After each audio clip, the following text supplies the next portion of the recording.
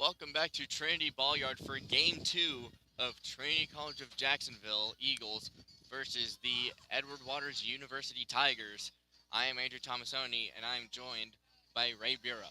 Hello, Andrew. Good to be here for game number 2, and Eagles hoping to gain a split. They're playing a really good Edward Waters Tigers team. That indeed they are. First pitch of the game underway. High and inside over the batter's head for ball one. We are looking at Autumn Edie in the circle for TCJ, 1-7 so far this season.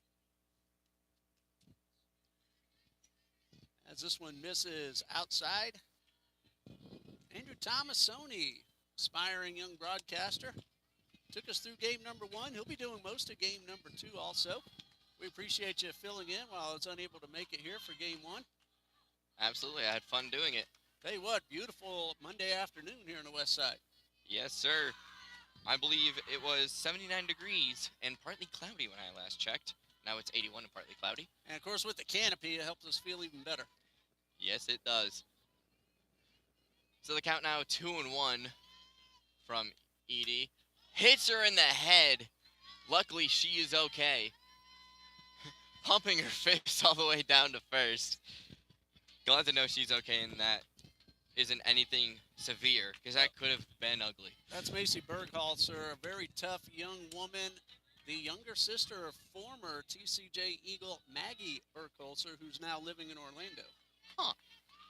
And her mother right down in front of us with the big number 6 on her back. Runners going, throw down, not in time, and Macy can scoot. I've seen her play quite a bit over the years. She can get down the line. I mean, it's evident right there by that stolen bag. And stepping up now is Robinson. There's a whole lot going on here. We're also keeping track of the stats. Andrew's working the camera as well. Back We're down pick. to second. Got her over there at second. Successful back pick. So the hit by pitch and stolen base does not come back to haunt the Eagles. A heads-up play by Shaw, recognizing Bergholzer was All right, sleeping. Andrew, who threw that ball? I was checking, make sure everything's working. Was that the catcher, Ashley Shaw? So that would be a 2-6 pickoff. And that will be a strikeout for Edie. And what a good start for the Eagles defensively after the leadoff hit batsman and a stolen base. A pickoff, and then we get a strikeout. So Autumn Edie a chance to face the minimum in the first inning.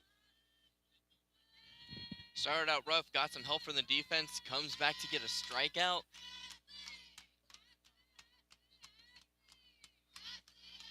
And that first pitch is downstairs for a ball.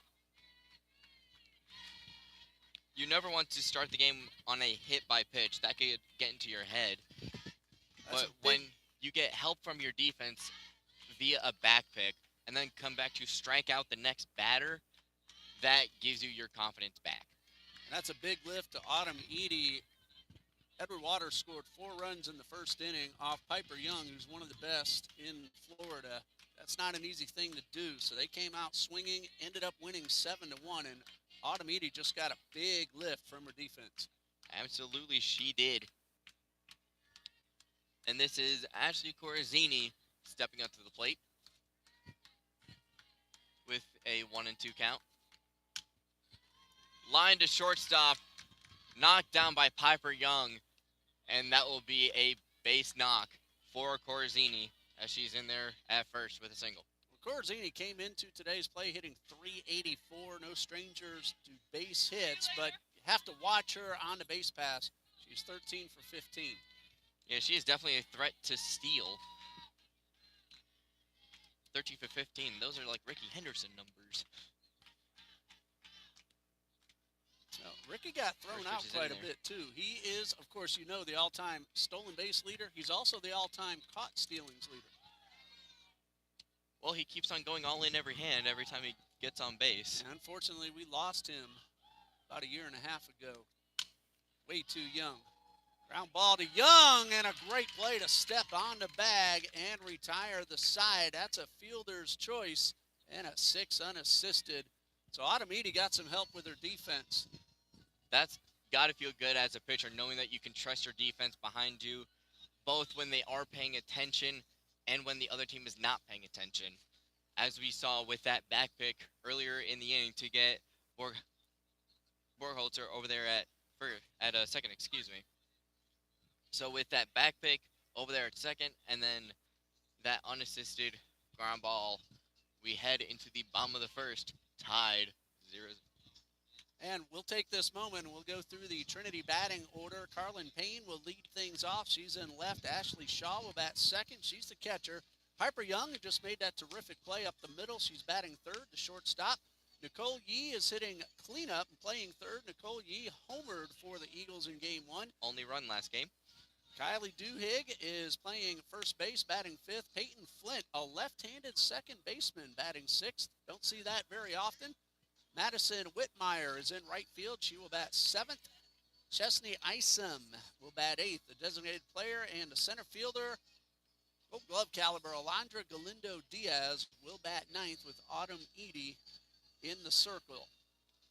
And in the circle for the Tigers, Dom Snodney. Tell you a little bit more about her in just a moment. And as he's pulling that up, I will go through the Edward Waters lineup. Batting first is Macy Borgholzer. Excuse me, that is a hard last name to pronounce. Yeah, well, if I'm you're not used to it because it. I announced Maggie Bertholzer for, and I just botched it, Bertholzer for softball and volleyball for 4 years here. I will give you more of the Tigers in just a moment as Carlin Payne is now ready to hit. Oh, hit softly foul third base side, and that'll be 0-1. Carlin Payne, 230 on the season. Couple of doubles to her credit.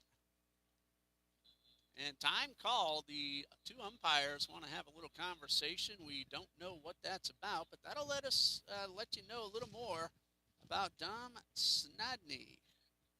Hopefully I pronounced that correctly. A junior from Jacksonville's Wolfson High School. She is 1-1 on the season, a high ERA of 11.07, making her 13th appearance and 4th start in 24 2/3 innings. She has allowed 47 runs, 39 of those earned. Her trouble has been with the walks at 35 of those. This is a Division II team the Eagles are facing. And the first pitch is down low. So 1-1 count to Payne. She got on base a few times last game. Let's see if she can carry that over into this game. 1-1 pitch. Hit on the ground to second base. And that will be a ground out. So the leadoff runner does not get on. That brings up Ashley Shaw up to the dish. She threw a successful back pick to get Borgholzer in the last inning to help out Automedi. Corzini charged in and made the play. Carlin Payne can run. She was hustling down the line. Made that a pretty close play. Shaw hits it to third, bobbled, and recovers and gets the throw down in time. Shaw grounds out to third. That is Rosalia Iglesias Lopez making the pick. Didn't panic when the ball came out of her glove. She knew exactly what to do, pick it up and make a good throw. So that will bring Piper Young up to the dish. Pitched last game, gave up 7 earned.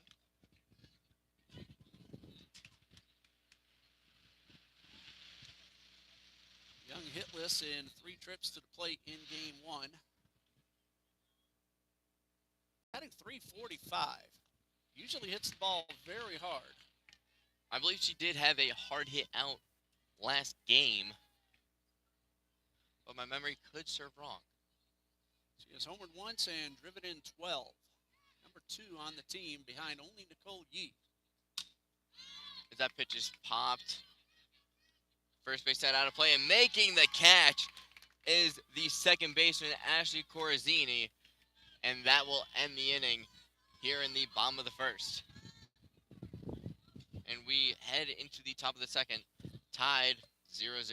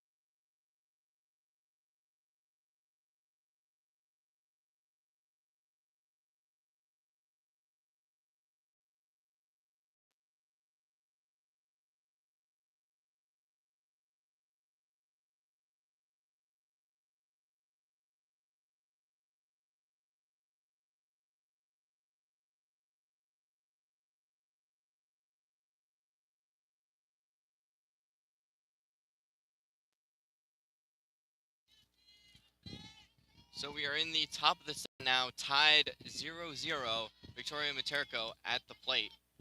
He kicks, deals, swung on and missed 0-1. Great changeup from Autumn Edie. Had a lot of downward movement to it. Very similar to a slider. It's hard to throw a slider in softball. Yeah, you have to get really on the side of the ball, try and just spin it as much as you can. 0-1 pitch, dots the outside corner, 0-2. I don't think I've ever seen a true slider thrown in softball. Some of these pitchers, especially in the higher levels, they can make the ball dance and do whatever they want. Speaking of dancing, another disgusting changeup from Autumn Edie, and she is fired up. Looks back at her second baseman and celebrates.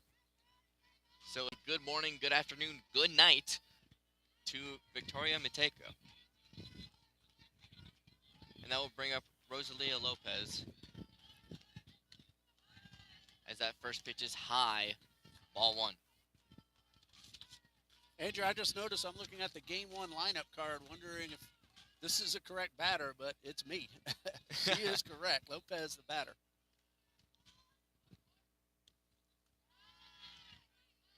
1-0 pitches in front of the plate for a ball, 2-0.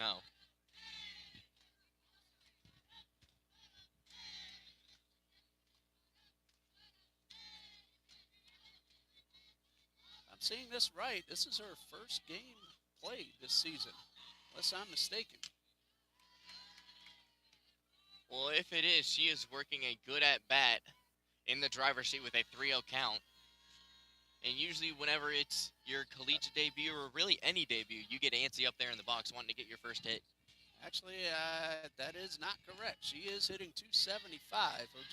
Her name just wouldn't pop up on the screen. Huh. She's played plenty. This is her 28th game and 24th start. So for some reason, just would not pop up. Well, that 3-0 pitch was in there for a strike, 3-1. And the 3-1 pitch fouled third base side, hits off the netting in the dugout. So that would be a full count, 3-2. Glacius Lopez, a freshman from Decatur High School in Decatur, Georgia.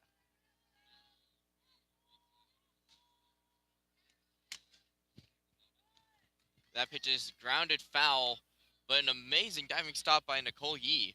If that ball would have been fair, that would have been a highlight reel play from Yee. Glacius Lopez, no homers, 7 RBIs. The 3-2 cut on, fouled again, third base side. She is early on everything right now.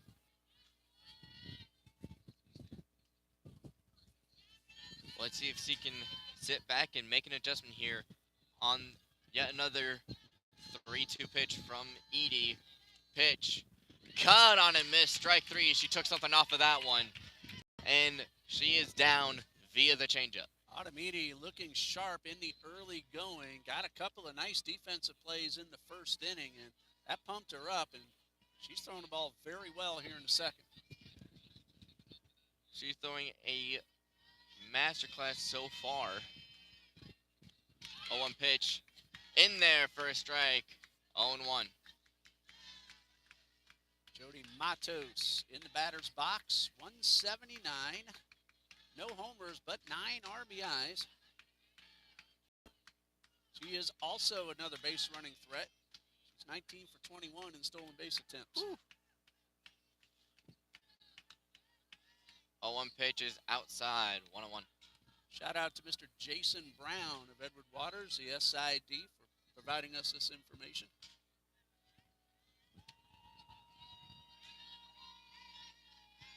The 1-1 pitch from Edie. Kicks, deals. Hit through the first and second base hole into right field. That will be a base hit. That was hit hard on the ground to the opposite field. An outside pitch, that is exactly what you do with it. You just drive it the opposite way, take it where it's coming. Yeah, don't try to do too much. There are a lot of hits in the opposite field that many, especially younger players, don't seem to realize. But this Edward Waters team, they're very well experienced.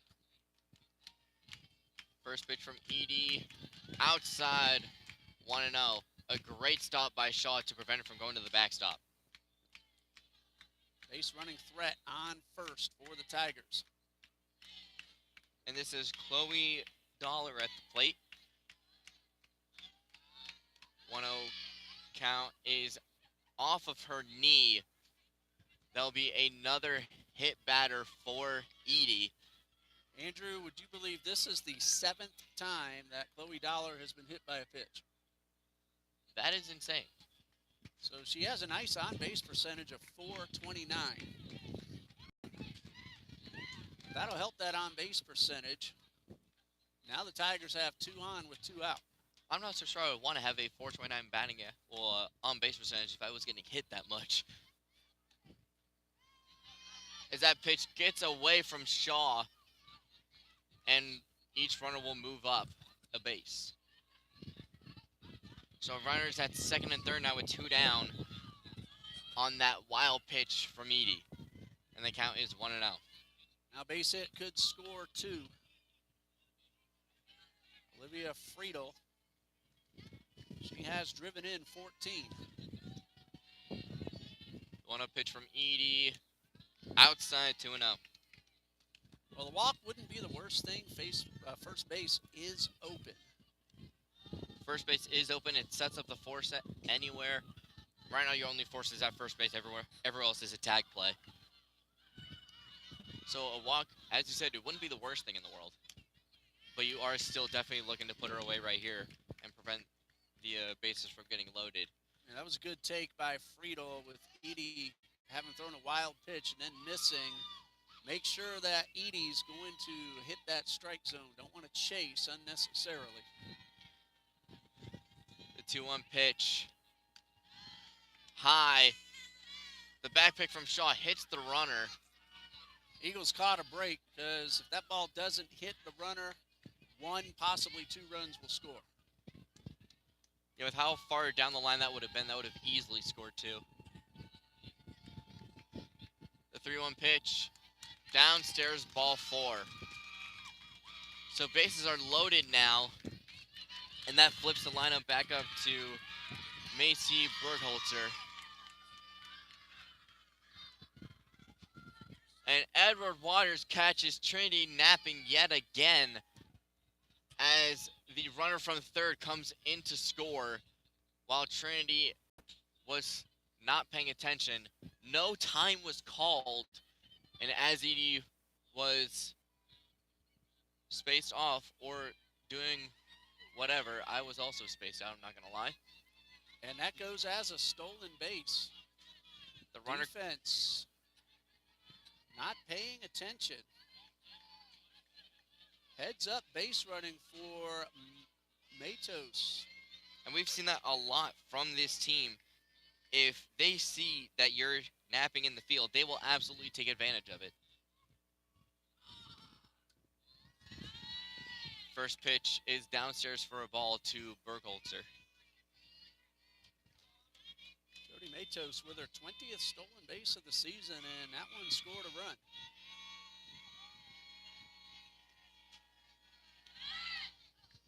Straight steal at home, one of the most exciting things in sports, in my opinion. Well, very aware as well. She noticed that the Eagles defense not paying attention, so she just took off. And we saw that in the first game as well. Edward Waters recognizes when Trinity is napping, and they just go ahead and take the extra base. He gets that one in there for counting out of 2 balls and a strike. Macy Burkholzer hit by a pitch to start the ball game. 2-1 pitch is lined into center field. That will get down for a base hit. 1 run scores, and it is now a 2-0 ball game. Edward Waters in the lead with the runners on the corners now with 2 down. And Burkholzer takes second as nobody was there, and Trinity was yet again sleeping.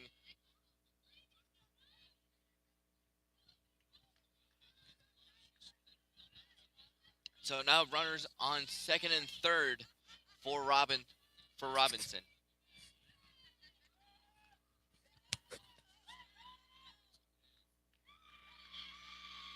Edie gets a sign. Kicks, deals. First pitch is inside for a ball. 1-0. Edie asking where that missed. Umpire telling her inside.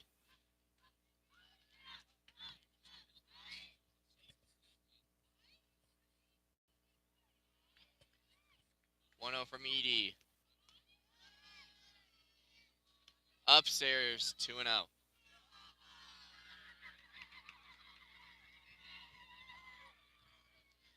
So a 2-0 count to Robinson. Runners on second and third, 2 down. Edward Waters up 2-0 here in the second and looking to add more. That is grounded to Young. Goes for the back pick and safe. So a run comes in on the play, making it a 3-0 ball game with runners on first and second now. Trinity coach asking the umpires to go over it. That'll go down as a fielder's choice, no RBI. And the call is confirmed. So that will make it a 3-0 ball game with 2 down.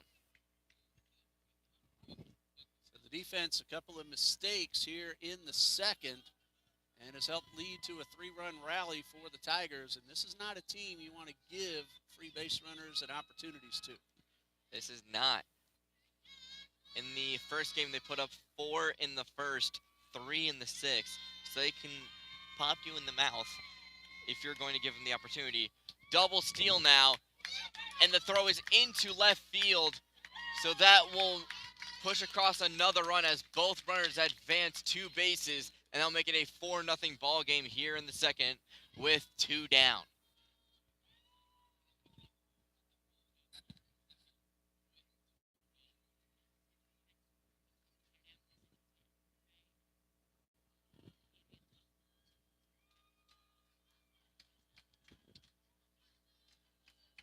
So 4-0 Tigers, and the Eagles want to have a conversation in the circle. That'll go as a double steal and an error on the catcher. So far, the run unearned, depending on what happens next. But the Tigers have rallied for 4. They've gotten some help.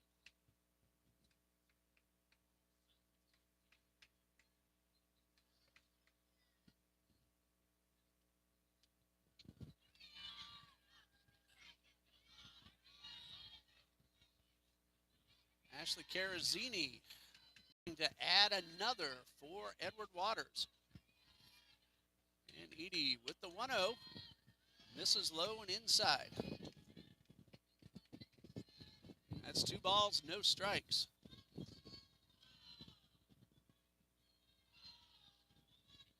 Maya Robinson is the runner at third.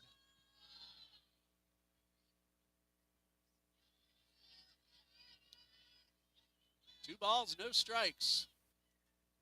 Edie delivers, and this one is popped up. Shaw giving chase, but it hits off the top of the net and is out of play.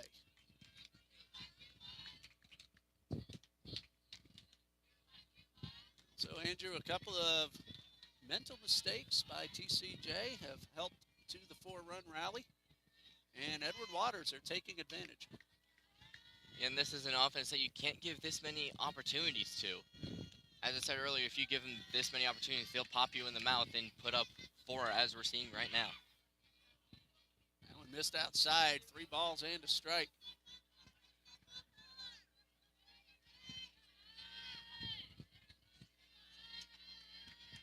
The 3-1 pitch from Edie to Corazzini. Kicks, deals, high, ball 4. Another back pick, and in there safely without worry. And Edie is going to let Corazzini take second base with the threat of another run scoring. So it is now second and third with 2 down. If she would have thrown it to second, the runner from third certainly would have bolted home, and the runner on second would have gotten into a rundown to make sure that 5th run scores this inning. Out it goes a stolen base for Ashley Corazzini, her 14th.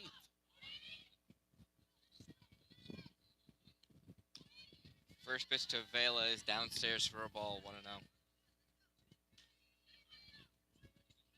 Autumn Edie cruised through the first inning in 2/3, but then has run into a little bit of trouble.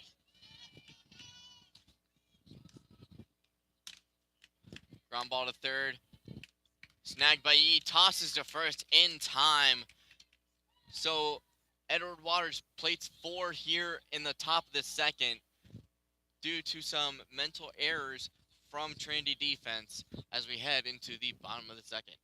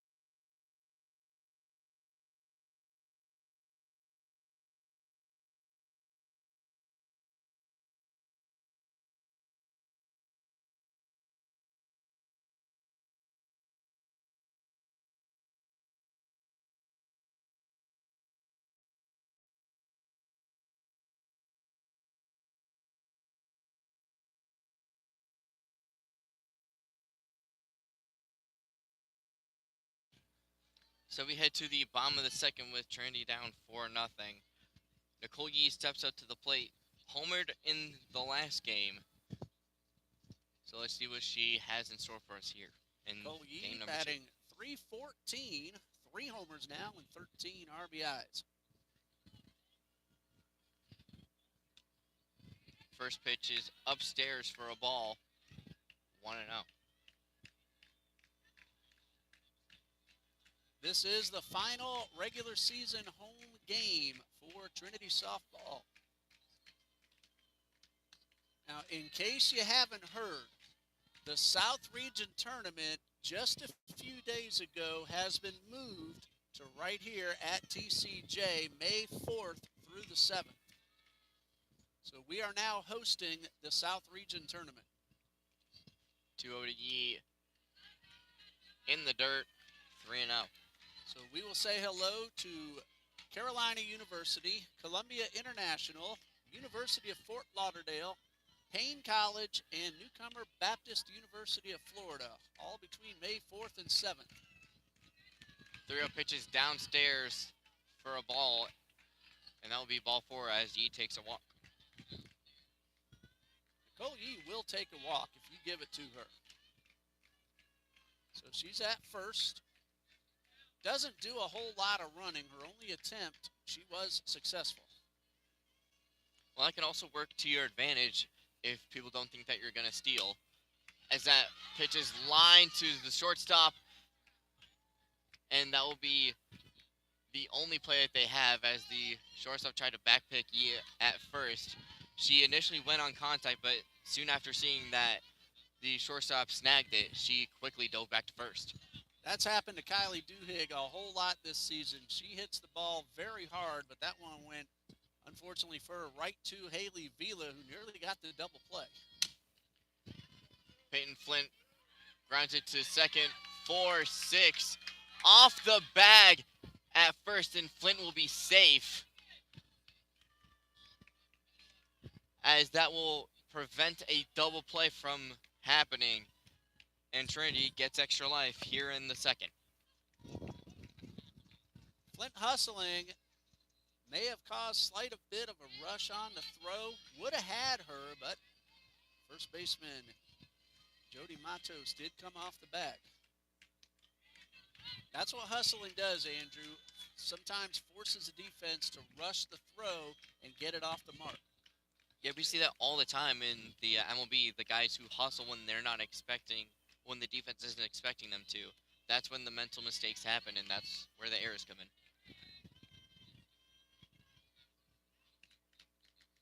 Like Chandler Simpson is a great example of that. He will hit a soft grounder to third. The third baseman will take his time with it, and Chandler Simpson will just be hustling down the line the entire time and end up beating out the throw. So always hustle, no matter what. You never really know what will happen. 2-1 pitch is cut on and missed from Flint. Addison Whitmire's at the plate. Sorry, that is Whitmire. Yes, you are right. Dominique Snodney doing the pitching. And that pitch is cut on and missed. Throw down to first is in time. So nothing happening for Trinity in the bottom of the second. We head to the top of the third with Trinity trailing 4-0.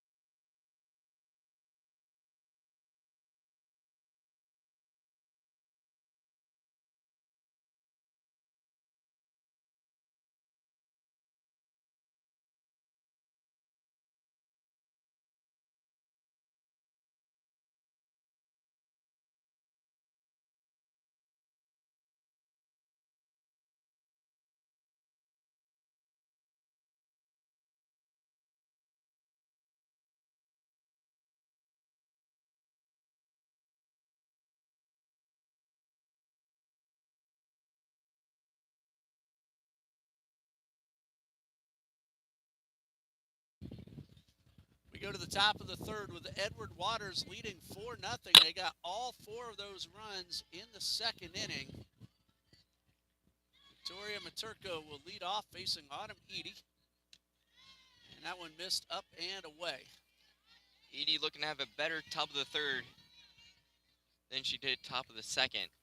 Hopefully getting a 1-2-3 inning here, so that way we can get the Trinity bats back up there. The bats hit the ball well in the bottom of the second, but they hit them right at the Tiger defense. Yeah, whenever you hit it hard, they're going to find a glove every now and then, but over time, if you consistently hit them hard, they're going to find holes and gaps more often than not. That happened to Kylie Duhigg, the hard line drive, and in game 1, she had a couple more hard hit balls and got a couple of hits out of it. As that pitch is skied, first base foul out of play. I kind of want to know what the exit velo was on that line drive. I know she hit it hard. That we can tell you.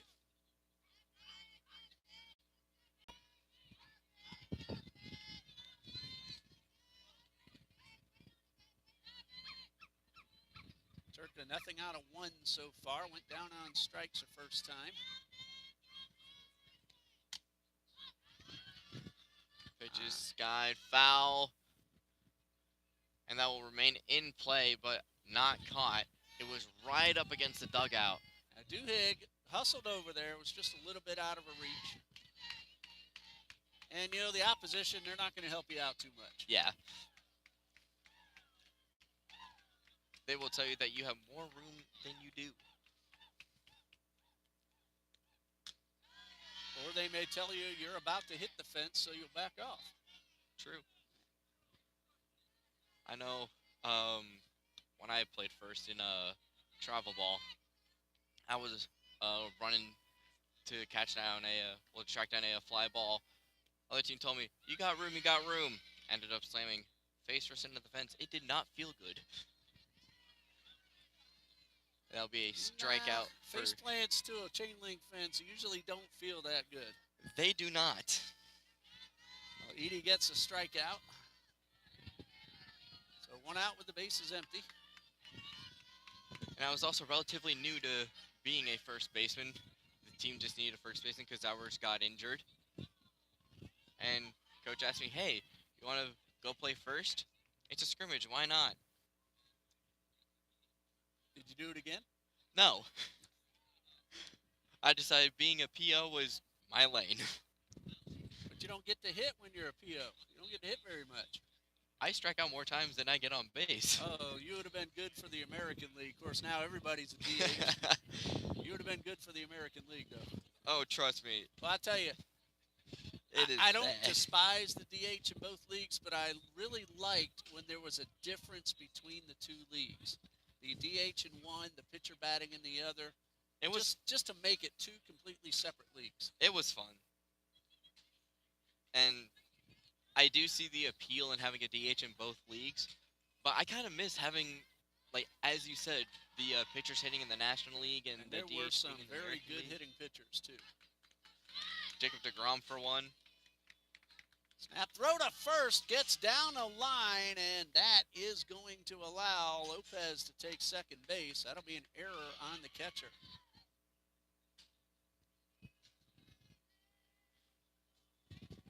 And of course, who can forget the infamous homer by Bartolo Colon in Petco Park? Bartolo Colon, the only home run he ever hit. And he loved it. He talked about milking it around the base paths. Oh, I would too. And the call as well. Just everything about that moment was just perfection. And everyone on both teams just cracking up. And then the Mets giving him the silent treatment afterward. It's a classic. And he pitched a long time, close to 20 years, 13 or 14 different teams. And I was really happy to see him get that home run.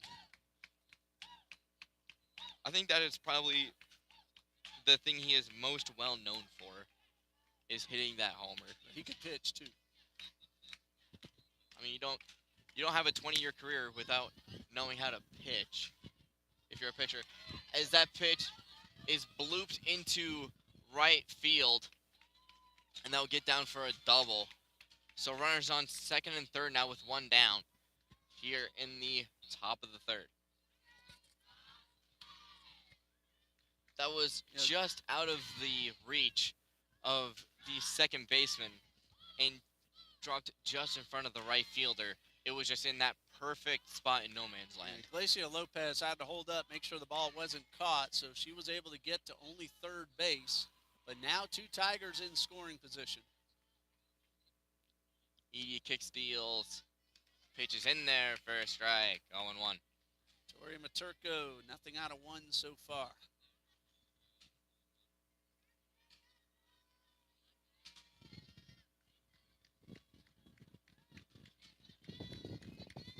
Chloe Dollar hit by a pitch for the 7th time this season, her first time up, and she yanked that one hard but got out in front of it.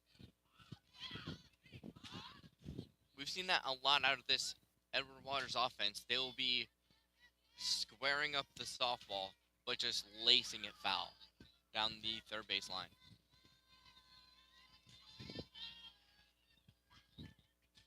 Dollar down 0-2.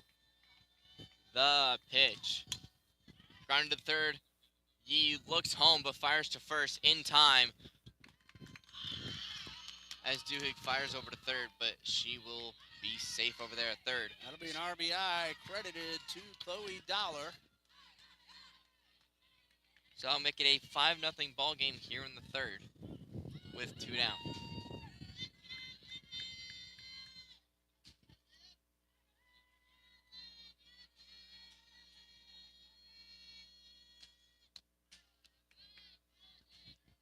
And that will bring up Olivia Friedel here in the 9 hole with 2 down and a runner on third.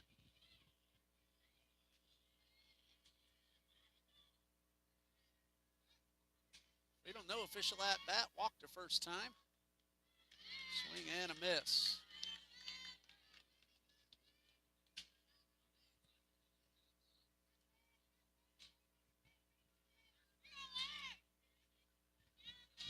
Edie gets a sign. Comes set.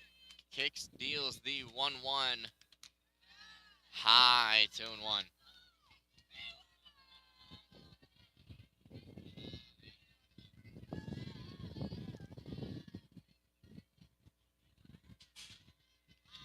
So Friedel up at the plate now with a runner on third and 2 down. Edward Waters up 5-0 here in the third. As the 2-1 pitch is high, 3-1.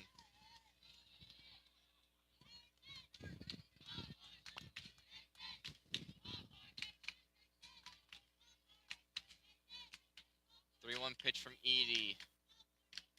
Kicks, delivers. High and inside for ball 4. So runners at the corners now with 2 down. And Shaw getting ready. Shaw was getting ready for a throw to home. And Edward Waters pulls off another base running trick. Friedel, who got walked, rounded first and appeared to be headed for second. And then as she got into a rundown, the runner from third scored. That'll go down as a double steal. And Friedel is now at second. So it is now a 6-0 ball game here in the third with a runner on second.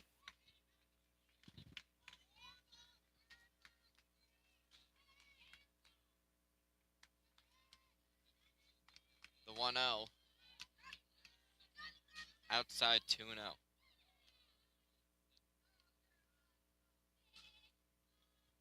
And this is what Edward Waters will do to you. They will cause havoc on the bases if you let them. They are looking for opportunities. And if they see it, they will take off. And they will even create their own opportunities like they do here. And this is not the first time we've seen them do it. They do it every time they come here and to every team they play. 2-0 pitch is inside 3-0. Burkholzer 1 for 1 with an RBI.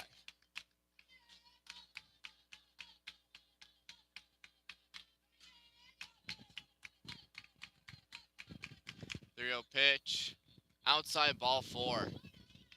So runner on first and second now with 2 down.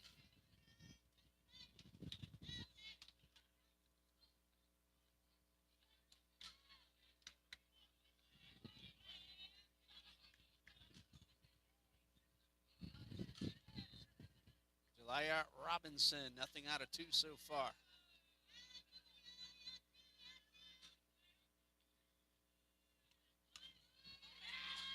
Drops down a bunt. Everybody's safe. It was a perfectly placed bunt in between everybody. And by the time that Shaw picked it up, Robinson was already 3/4 of the line down to first. So no opportunity for a play there. So it is now bases loaded now with 2 down for Ashley Corzini.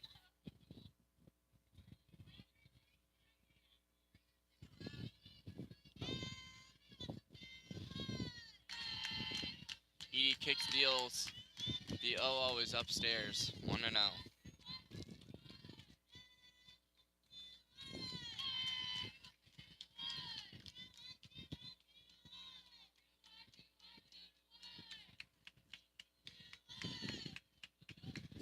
The 1-0 from Edie. In the dirt. Skips in front of the plate, 2-0.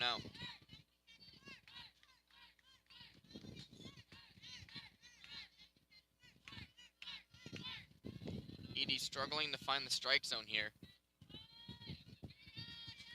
The 2-0 pitch. Skied into center field. Diaz underneath it, makes the grab, and that will end the inning. Edward Waters leaves the bases loaded, but score 2 here in the top of the third.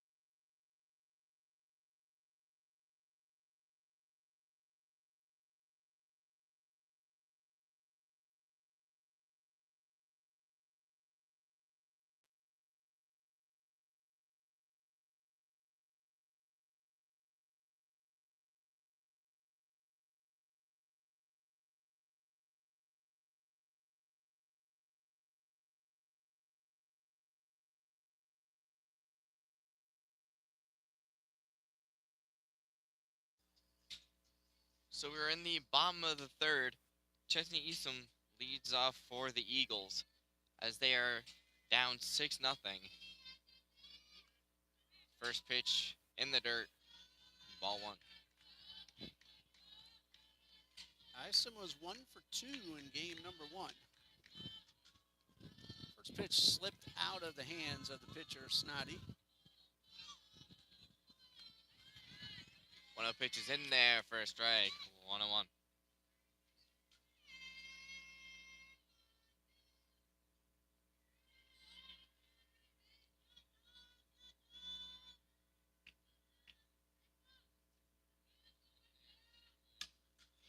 One pitch is lined to the second baseman who jumps and makes a magnificent grab, robbing Eastham of a base knock. Ashley Corazzini went way up high, right to the top rung, and robbed Isom of a base hit. And that's a couple of times the Eagles have had some robbery on them. Yeah, some bad luck going the Eagles' way here, as we've had a hard hit out right at somebody, and now a robbed base hit. Alondra Galindo Diaz, 140 on the season. She has driven in 3 runs. I am very, very impressed with the way this young lady plays center field. She can track down everything out there. She has very good speed, positions herself well. She's made several running and diving catches this season and makes it difficult on the defense. Pete Armstrong, anyone? PCA, what a talent he is. Anything that gets hit out to center field or even left center, right center at Wrigley Field, you think you have a base hit off the bat before PCA just comes flying out of nowhere and just robs you. He is among, if not the best center fielder in the game today. As that pitch is in the dirt, Diaz books it for first. And she'll be in there with a walk And Macy Bergholzer trying to catch the runner, maybe straying off the bag after reaching on the walk. So again, these Tigers are looking for any opportunity and defensively to pick you off too. This is a team that is very, very aware of everything that is going on. It will be very hard to catch them napping. As that ball is in the dirt and Diaz takes second. Round second, but retreats back as the ball is tossed in. This has been the one issue for Dom Snoddy. Sometimes she loses the strike zone, but then she'll bear down and she'll get some hitters. 1-0 pitches upstairs for a ball, 2-0. She's throwing hard. She is. Wilson High School here in Jacksonville. Good to see the local products stay in their hometown to play college ball. I can't say the same. Well, Piper Young is a Jacksonville native. Yeah, it seems like everyone here is a Jacksonville native. Of course, at our leagues, most of the players are going to be at least from the state that the college is in. Pitches fouled off their base side. Of course, in Division I, they're coming from all over. Yeah, once you reach to the D1 level, you will find people from all over the country, or even some international. Of course, Division II, not that far behind in that regard. They'll get players from all over the place as well. Ground ball towards second, and a nice productive at-bat for Payne. Gets a high five from her first base coach. Advances the runner to third, but now there are 2 out. So I'll bring Ashley Shaw up to the dish. She is playing catcher. She came in hitting .242, 7 runs driven in. First pitch is high, 1-0. She's gone deep in each of the last 2 seasons, and she told me she's going to get one. Well, this is our last home game. We still have a few road games left, and of course the tournament.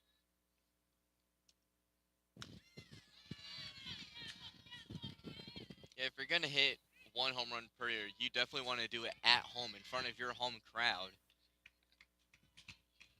where it's a friendly environment. That pitch is bounced in the dirt. Another one that just slipped out of Snoddy's hands. She's done that a couple of times this inning.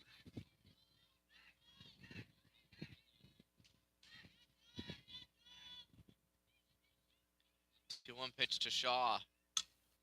Swung on and grounded into left field. That will play to run in. Shaw with a RBI single drives in Diaz, and Trinity now trails 6-1. RBI number 8 for the senior Ashley Shaw. So I'll bring up Piper Young to the dish. See what she has in store. Pitch. Clips the bottom of the zone. 0-1. Eagles have 3 series left. They will play 3 at Baptist University of Florida. They'll play 2 on Friday night and 1 on Saturday afternoon. Pitch is bounced in the dirt, and Shaw will take second on the wild pitch. And there's a 1-1 count to Young. That is a South Region 3-game series, and Trinity will end with 2 more NCAA Division II doubleheaders at Fort Valley State, at Albany State. Those are conference mates of Edward Waters University. Piper grinds to the shortstop off the glove. That will bring home a run as Trinity now cuts the lead to 4. Trinity trails 6-2. Would not have been easy to get Young, so we'll get an infield single to the shortstop. Shaw advances to third and then scores as the ball gets away. So that'll be an RBI single. Very difficult play for the shortstop, Haley Vila. Vila reached to her backhand, and the ball was just hit too hard. It glanced off of her glove and kicked into left field.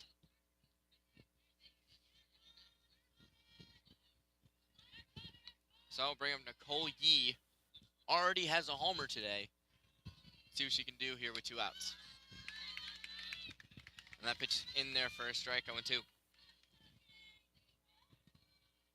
Piper Young picks up her 13th RBI of the season. Again, it would have been a very tough play and hit right off the tip of her glove.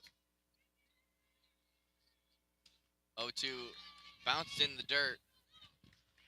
And the catcher goes for a back pick. And the ball squirts away, but the right fielder was right there backing her up. Excellent job by Chloe Dollar making sure Young couldn't take off. Back up those throws.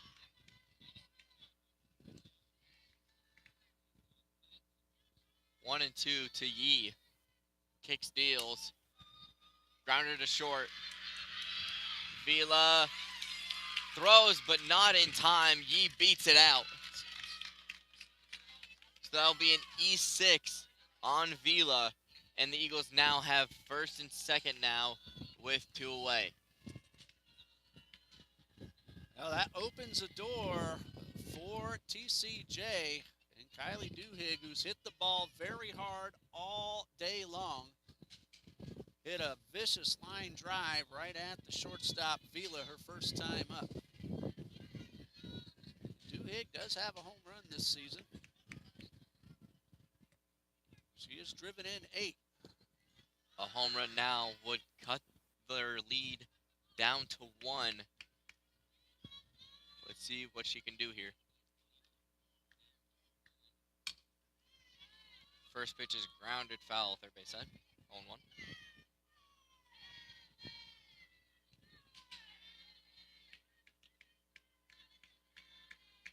Duhigg just looking to find a gap. Again, she's really hit the ball hard today.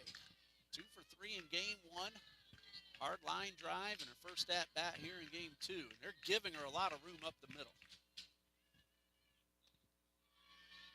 0-1 pitch is downstairs for a ball, 1-1. Yeah, good eye at the plate. Don't want to chase out of the zone and help out the pitcher who's kind of in a little bit of a jam.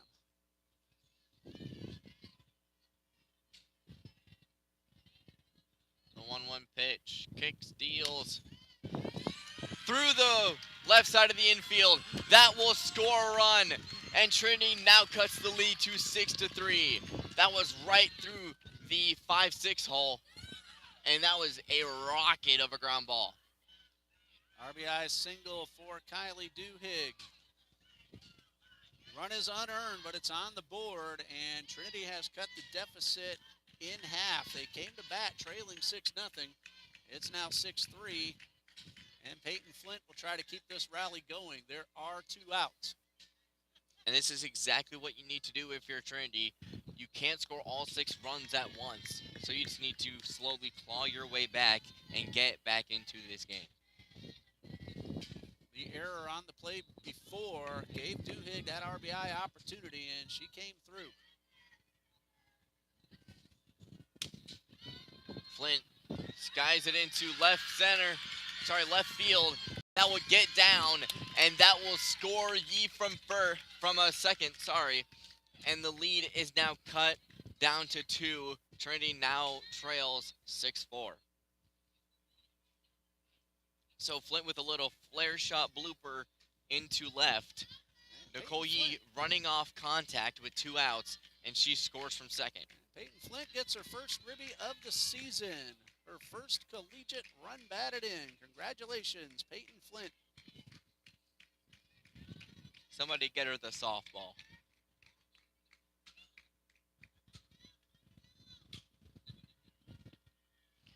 1-0 pitch to Whitmire. It's upstairs 2-0. That just shows the Eagles have had some bullets hit and caught, and now that little blooper, base hit and an RBI. And Yee, being smart, knowing how many outs there are, knowing that there are 2 down, is running off contact, and that is what allowed her to score. Tying runs are now on base. Peyton Flint is at first. Kylie Duhigg is at second. Madison Whitmire has 3 balls, no strikes. 3-0 pitch is in there for a strike, 3-1. Good take by Whitmire. Well ahead in the count.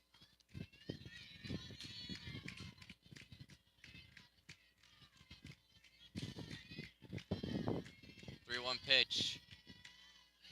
Caught on and missed. 3-2. She took something off of that one. And a good pitch. Not giving in to the hitter, down 3-1 in the count. 3-2 now. Full count with 2 outs. Runners will be going on the pitch. Ball 4 down low. Bases loaded for Chesney Esom. Stepping up to the dish.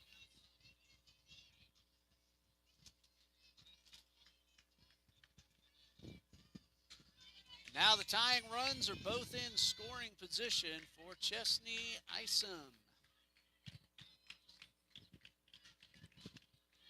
First pitch in there, top of the zone, 0-1. Isom nothing out of 1 so far in this ball game. Big opportunity right here. 0-1 pitch. Up high, 1-1. There's now action in the Edward Waters bullpen.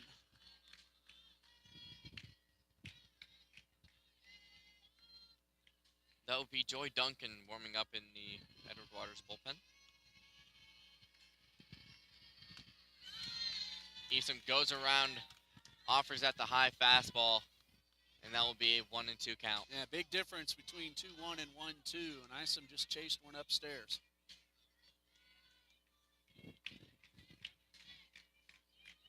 1-2, kicks, deals. Caught on and missed. Isom chases the changeup way out in front of it, and the Eagles strand the bases loaded, but not before they score 4 runs, cutting the deficit down from 6 runs to 2 as we head into the top of the 4th.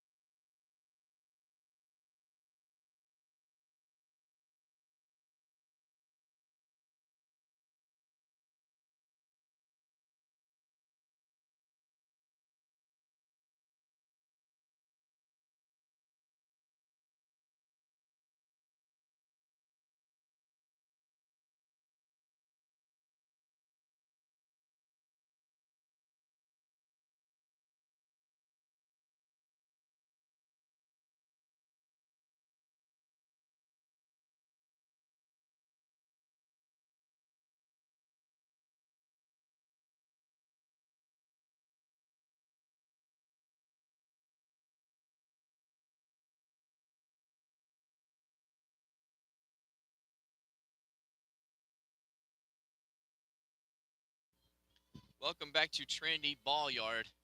Edward Waters is up 6-4.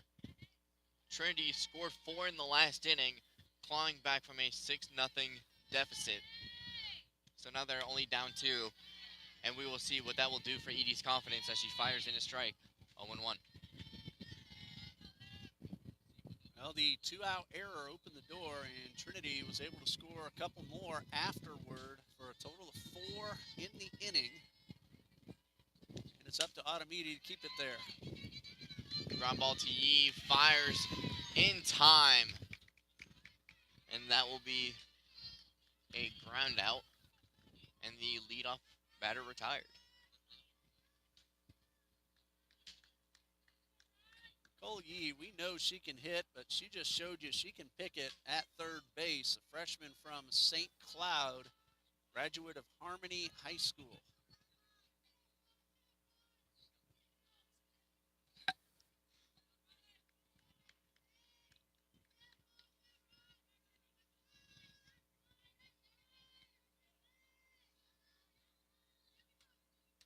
Edward Waters, after today, I'll tell you in a moment what they have for the rest of the regular season.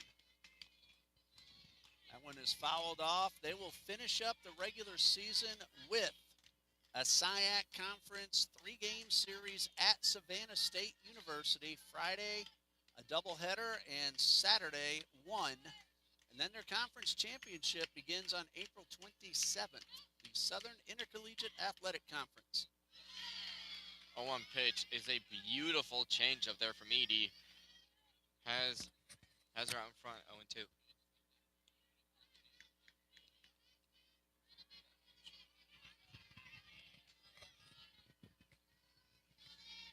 Andrew, we have a pinch hitter at the plate as this one is chopped foul down to third baseline. Riley Capanis is swinging the bat right now for the Tigers. That looks to be Riley Caparis. She was the pitcher in the last game, and she threw an absolute gem. Just one earned run in 7 innings.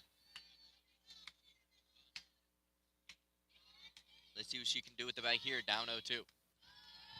0-2 pitches taken high for a ball. 1-2. As a hitter, Caparis, .389 on the season. No homers, but a pair of RBIs. Ooh, 7 out of 18. Lethal with the bat. 3 of those 7 doubles. 1-2 pitch. Grounded to short. Bobbled by Young. Eats the throw. So that will be an E6 charge to Young, as Edward Waters has a runner on first with 1 down. Caparis in that game in the circle earlier today. 7 hits, but just 1 walk, and that helped her keep Trinity to just the 1 run. She struck out 6. Ooh. First pitch is inside. Ball 1 to Lopez.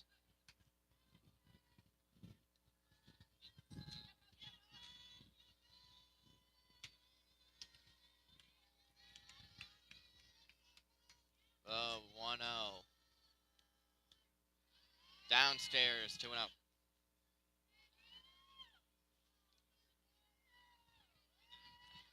Iglesias Lopez, nothing out of 1 so far. Went down on strikes.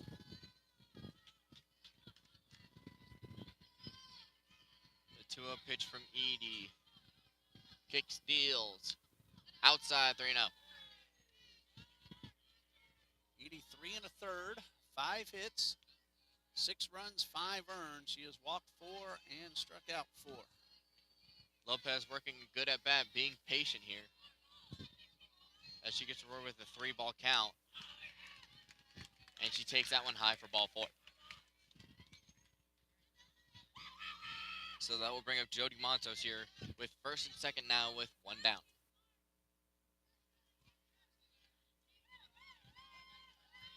Edward Waters looking to reclaim some of the runs that they gave up in the bottom of the 3rd and try to extend their lead again.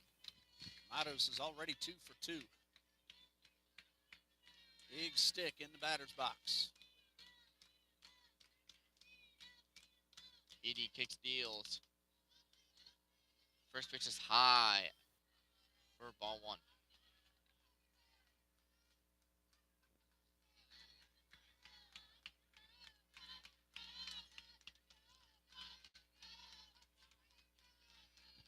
Edie kicks deals. Ground ball to short. She will take the unassisted out at second base. So that is a fielder's choice, 6 unassisted, as our runners out the corners now with 2 down.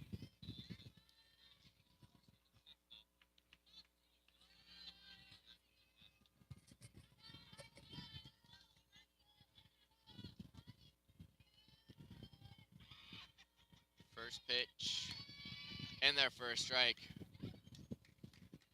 as Lopez takes second on a steal. Sorry, Matos takes second on the steal. So now runner on second and third now with 2 down. Shaw decided to throw it to third, preventing the run from third from taking off. As that pitch is fouled straight down and back. Stolen base number 20 on the season for Matos. Edie with 2 outs really just needs to focus on the batter. No balls, 2 strikes. Pitch to Dollar. Cut on a miss, strike 3. And that will end the inning. So nothing doing for Edward Waters here in the top of the 4th. They still lead 6-4.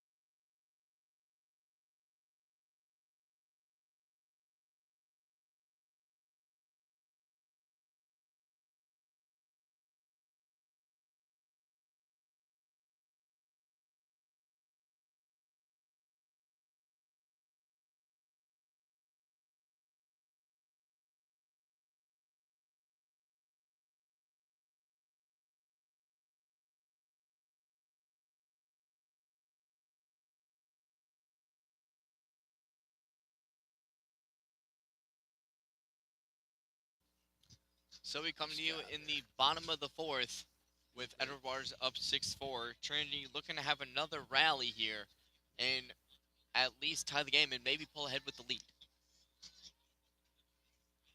And as we were in that break, I was scrolling online. You want to know an interesting stat I saw? Go ahead. Let's hear it. Bobby Witt Jr. has reached base 30 times this season and has been left stranded, get this, 29 times. Why bother then?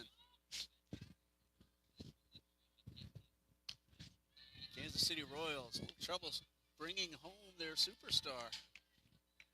I mean, there's only so much that one person can do. Now, why you even thought to look that up, I have no idea. Oh, that's just my Instagram feed. This is Alondra Galindo Diaz. Starting things off for TCJ. They rallied for 4 1 inning ago. I open my Instagram and it's the first thing I see is that stat. Oh, that one got a piece of the home plate umpire. I'm sure that didn't feel good. Got his left hand. Hopefully everybody's all right.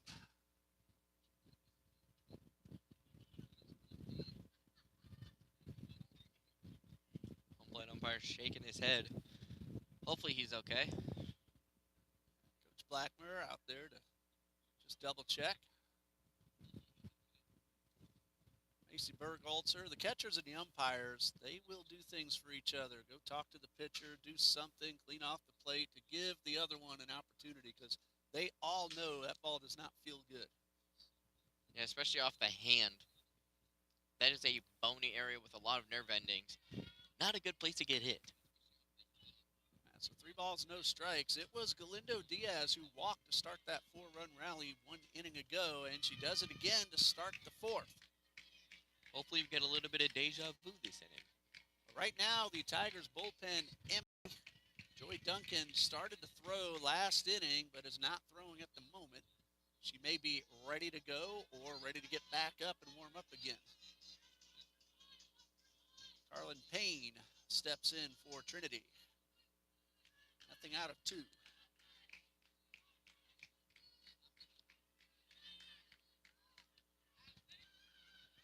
Pitches a ball. Diaz slides around the tag. I'm going to tell you, that was a fantastic slide because Burkholzer's throw was right on target and beat the runner, but Galindo Diaz, a fantastic slide to get the stolen base. Diaz was dead to rights, but a fantastic and creative slide allows her to get into second base safely. For Galindo Diaz, her 5th stolen base of the season. She's been caught only once. She can scoot. If she doesn't make the slide like that, she is definitely out.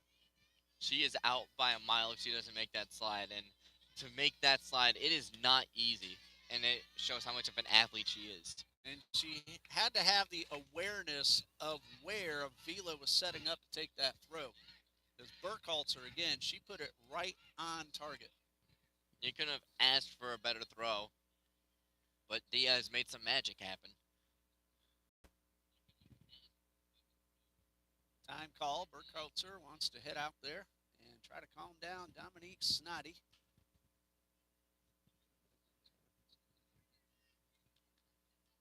Control problems got her into trouble last inning and helped Trinity to 4 runs. There was also a 2-out error that Trinity took advantage of. Only 2 of those 4 runs earned, and she strike 1 in the zone. So 4 hits, 4 runs, only 2 earned. She has walked 4 in 3+ innings.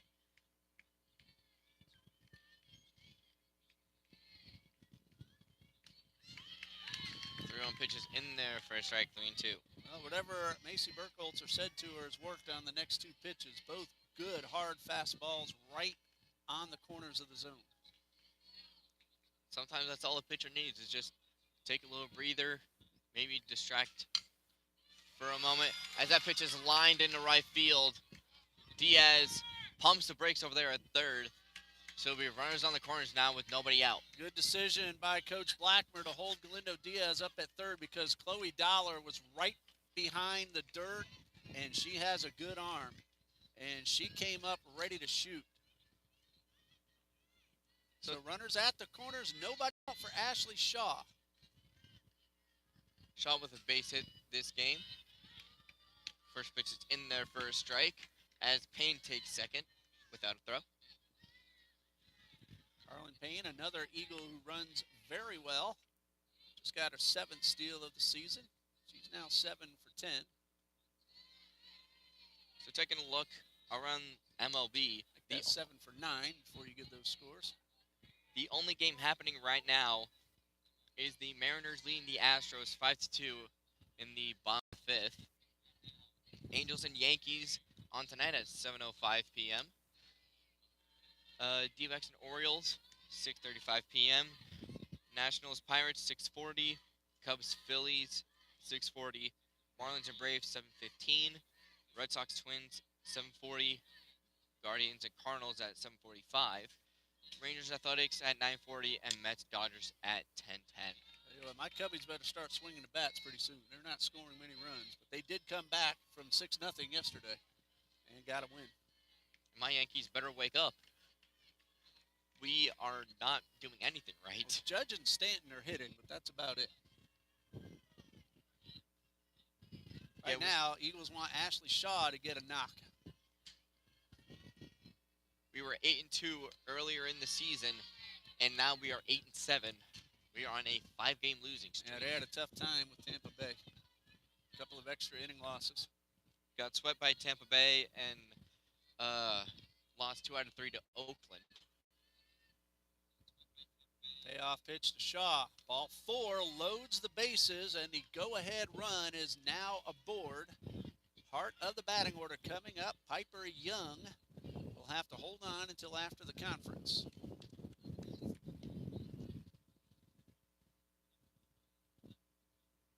Piper Young had a base hit last time up. And if she gets a hit now, Trinity could tie it up. A gapper could put them in the lead. All 3 base runners very fast. Piper Young may be facing a new pitcher. It appears that is what is going to happen, and it will, as Joy Duncan comes into the game. We'll pause here. We will tell you about Joy Duncan in just a moment here on the TCJ Eagles Sports Network.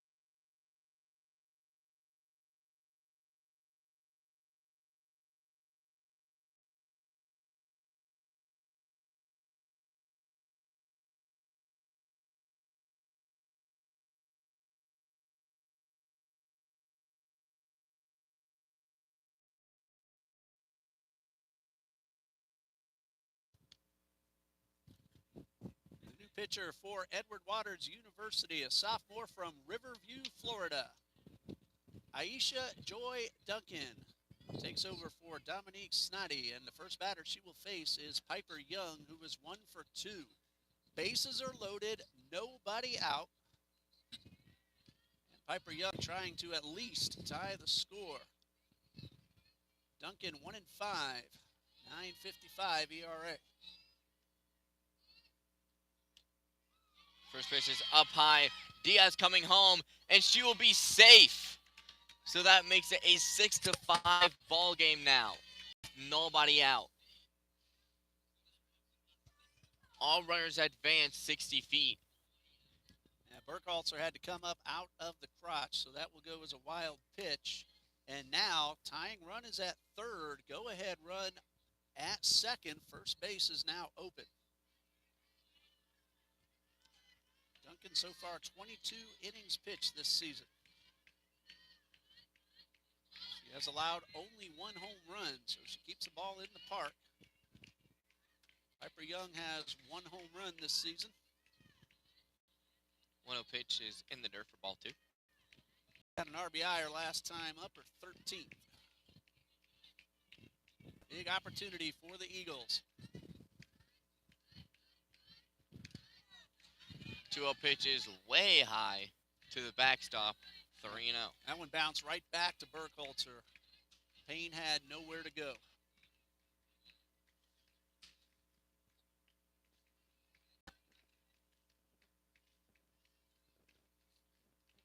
Nicole Yee on deck for TCJ. 3-0 pitch to Young. High ball 4. Here comes Payne. She is in there. And here comes Shaw. She will score. So a 2-run score on the wild pitch. And that will make it a 7-6 Trinity lead. As Young goes to second on the wild pitch.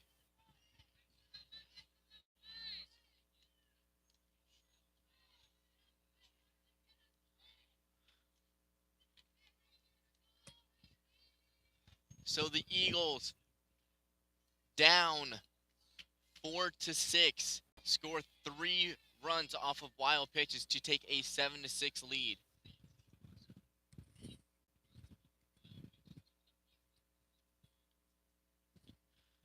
And Nicole Yee steps up to the plate now with a runner on second and nobody out.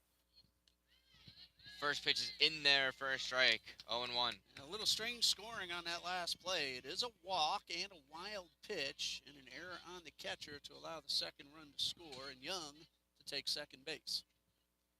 So Eagles lead now 7-6.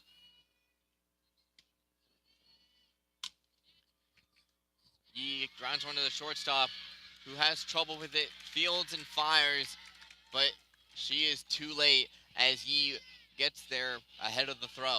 So it is now first and second now for Kylie Dugan.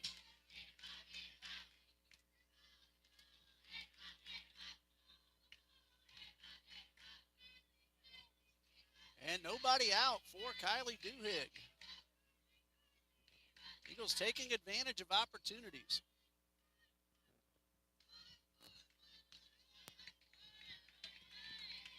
That's a nice changeup there. In there for a strike. Duncan's slowing it down. Many pitchers get into trouble and try to overthrow and blow the hitter away, but Duncan did the right thing. Just make sure to get one in the strike zone.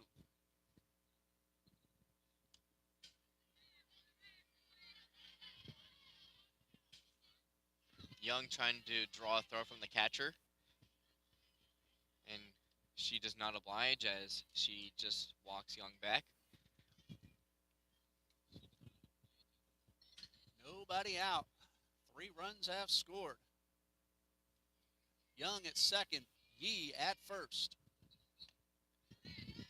1-1 pitch is high, 2-1.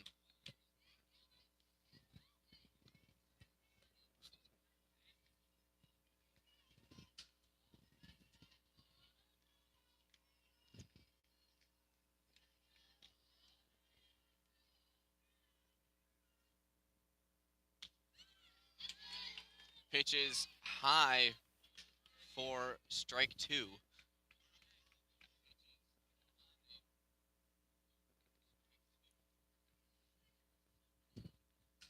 Two strikes now. Duhigg has to protect the plate. 2-2 now. Duhigg fouls it off third base side. That was a terrific swing on the changeup. She got it right off the end of the bat. If she barrels that one up, it's gone. If she would have waited back just a half second longer, we'd be looking at a 10-6 ball game.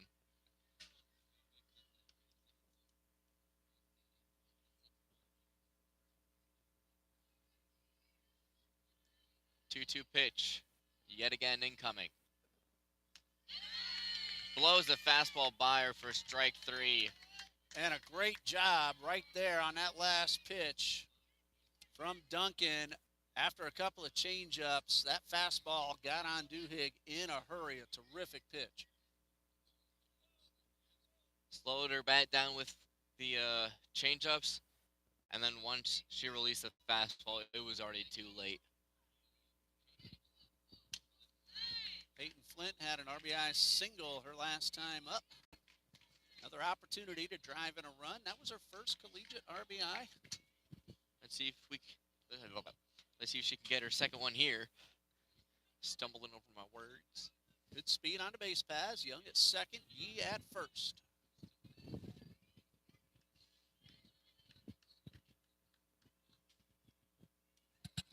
As that pitch is to the backstop, both runners will advance, and it is now second and third now with one out.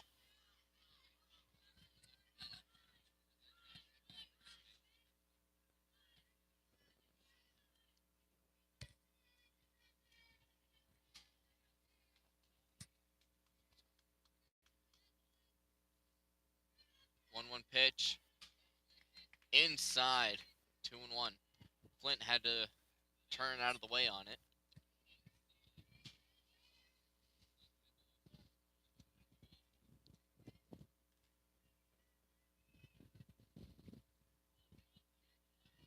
Balls and a strike. Hit her ahead of the pitcher. 2-1 pitch is way high, 3-1. And when Duncan has missed, she has missed very high, holding on to the ball too long.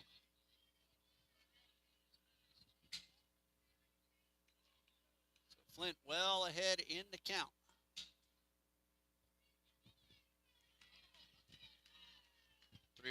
Kick steals. Inside, ball 4. She walks the bases loaded. The same pitch that she got Duhigg on. But Flint, little patient, was able to hold up, not go around. Looks like we are going to have a new pitcher. Riley Kaparis is coming into the game. She pitched game 1 and only gave up 1 earned run in 7 innings. So Trinity is already familiar with her pitches. We will see if we can have a different story here in game 2. And we will be right back on the TCJ Sports Network.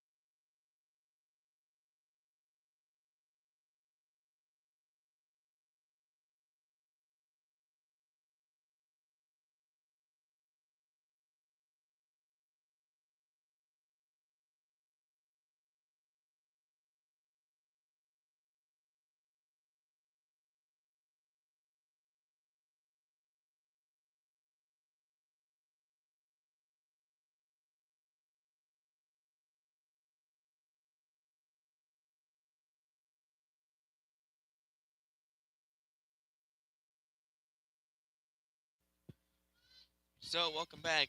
The new pitcher in is Riley Kaparis. She pitched the first game, going a complete game, only giving up 1 earned run. And she is a flamethrower, as her first pitch is cut on and missed for strike 1.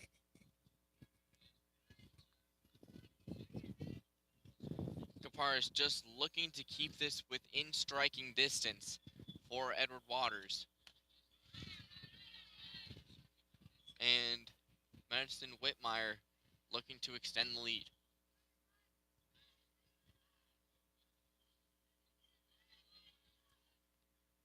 1-1 pitch from Kaparis. Nails the corner for a 1-2 count.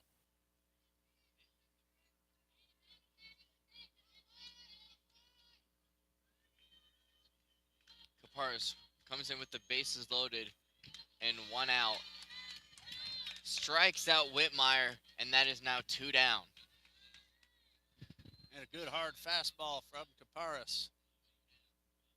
And Callie Dunn will come to the plate for TCJ. She is pinch hitting for Chesney Isom.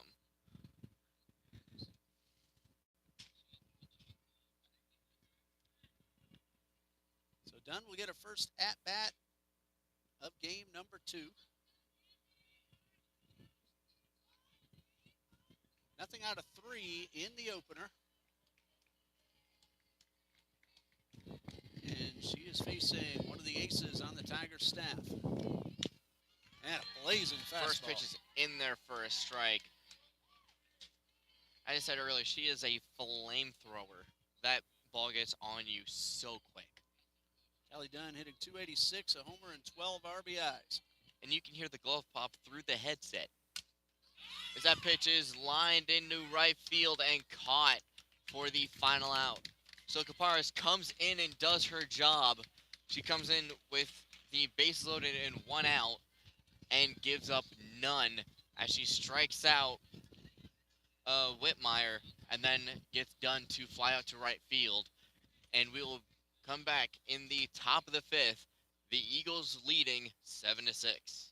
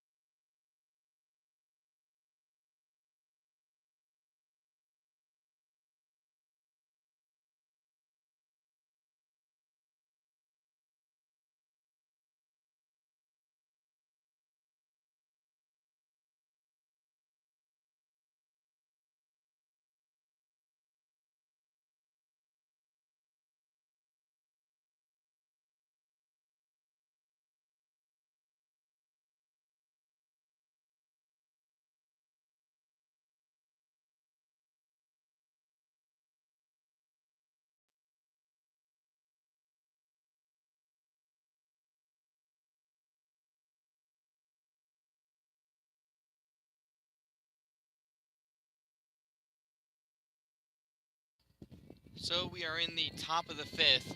Trinity leading it 7-6. Trinity left the bases loaded after having bases loaded and 1 out. But Edward Waters brought in their ace in Caparis and shut the rally down. And she came in and threw some BBs. Callie Dunn hit the ball well, but it went right at Chloe Dollar, who didn't even have to move.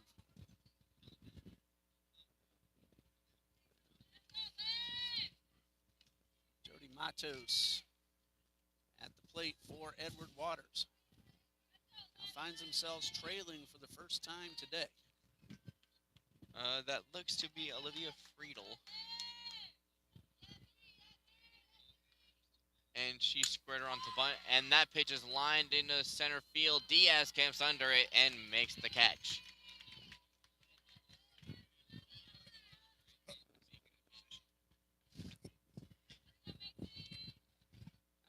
Friedel hit the ball really well, right at Galindo Diaz.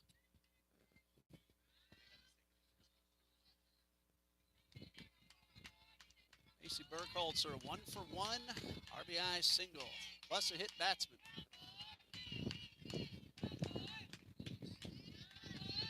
I was looking online in between the break, and another thing that popped up on my feed. With the Angels and Yankees playing tonight, that means Mike Trout and Aaron Judge are playing against each other.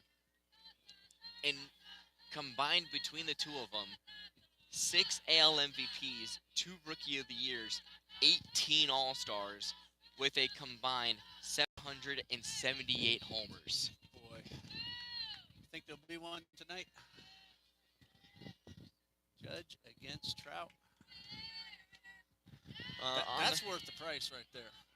And on the mound for the Yankees is Will Warren. And on the mound for the Angels is Yusei Kikuchi. There may be a few long balls in that game tonight. Kikuchi 0-2 with a 6.75 ERA, 16 strikeouts.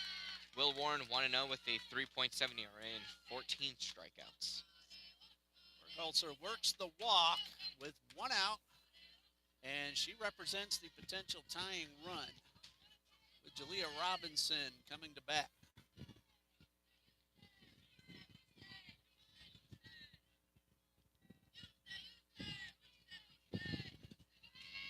Runners going, and there will be no throw. Shaw a little trouble holding on, so that's a stolen base for Macy Burkholzer. She's now in scoring position.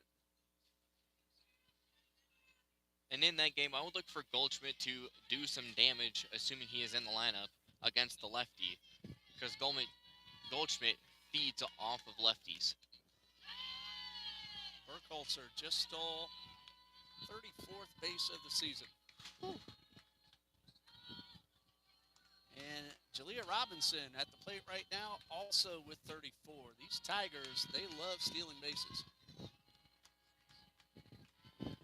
If Burkholzer steals 14 more bases, she gets the golden cleats.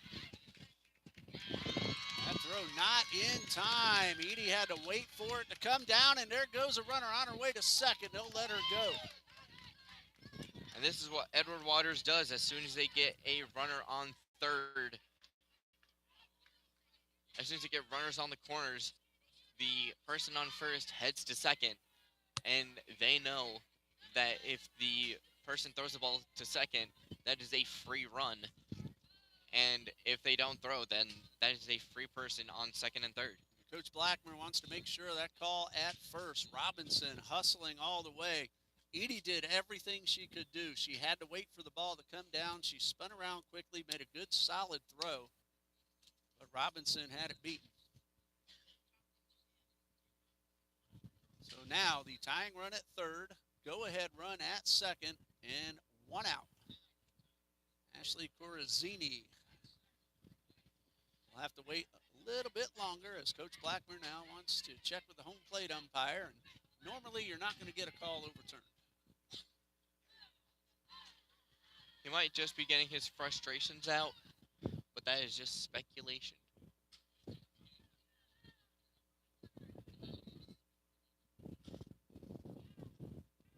Corazzini's waiting to swing the bat. And terrific speed on the bases for the Tigers. You know, these two teams right now are playing JV baseball up on the hill.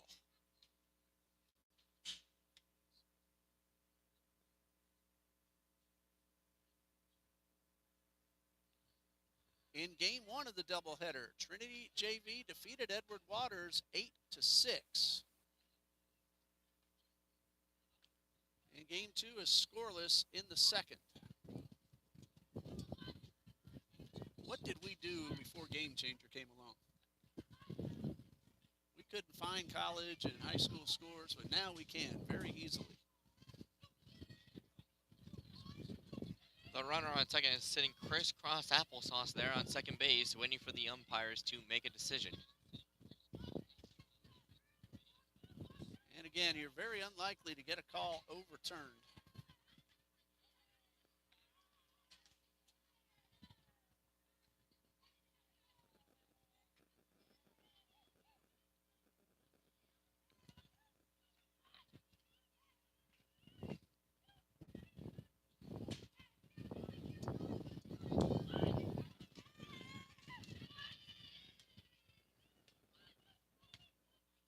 And it looks like the call will stand.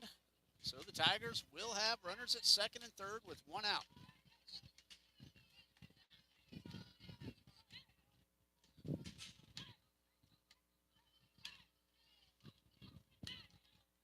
Corazzini looking to at least tie the score.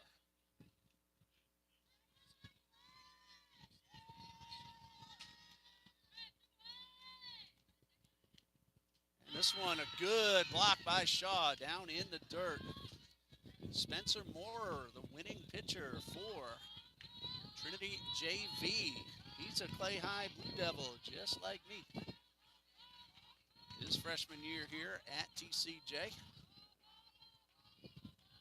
1 ball, no strikes. That pitch is lined in the left. Catch is made by Pointer. Yeah, as there's a rundown in between second and third. The run did score. Throw back to second. Throwback, she is in there. That'll be Late a tag applied. sacrifice fly for Ashley Carazzini.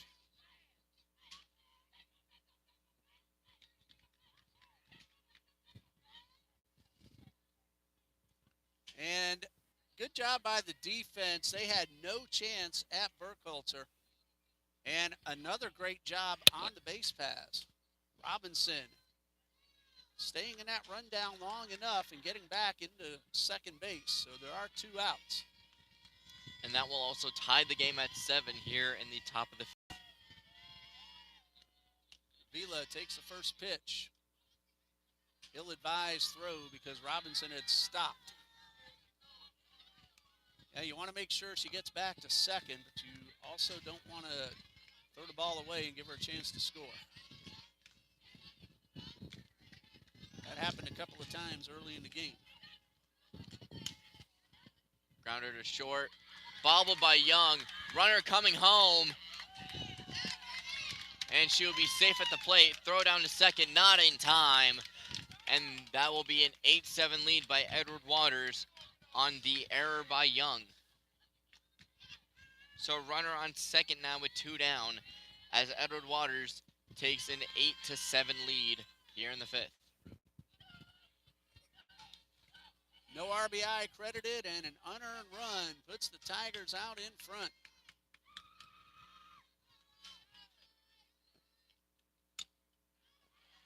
Little flare shot into left field. And that will drive in another run. It is now a 9-7 Edward Waters lead. Said if you give the Tigers extra opportunities, they'll make you pay for it. The 2-out error scored 1, and another one comes in, and it's now a 2-run lead.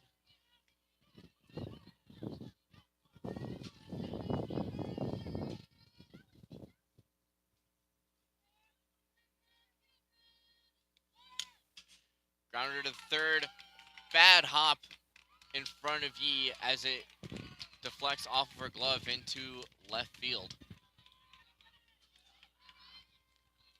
She was in front of it, did everything you were supposed to do, but with a nasty hop, it just hopped right over her head. Hit off her glove and over her shoulder, and another base runner for the Tigers. And it looks like a player meeting here on the mound now.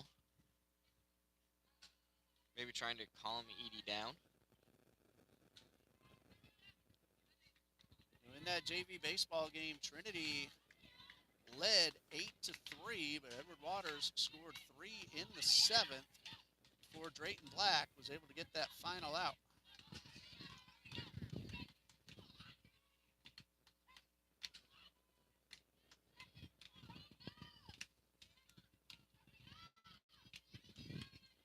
Two on, 2 out.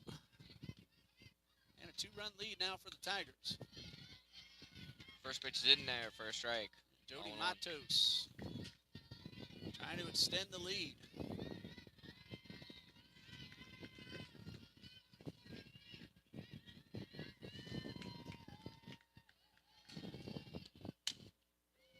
That's that a pitch fair is ball rocketed down the left field line. That will score 1, maybe 2.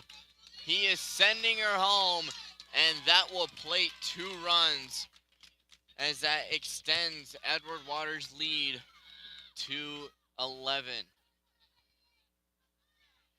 So Trinity now trailing 7-11.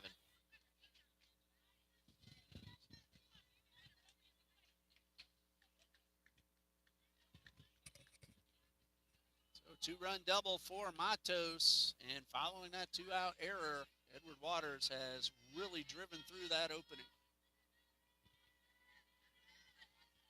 Looks like we will have a pinch hitter.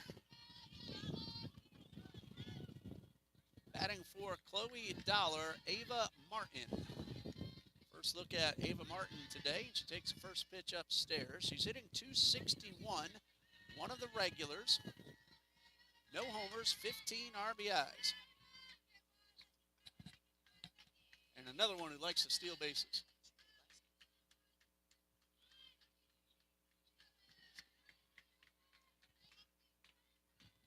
Ball and a strike.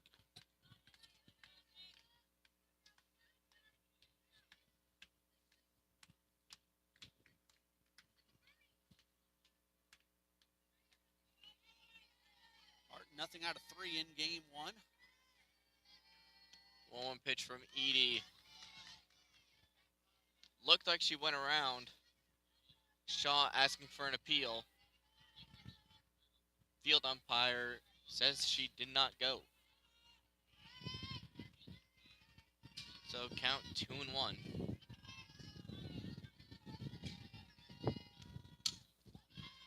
Pitch is blooped and caught by Young for the final out. So Edward Waters scores 5 here in the top of the 5th to pull away with a 11-7 lead. Trinity once again playing from behind and looking to claw their way back and take the lead in the bottom of the 5th.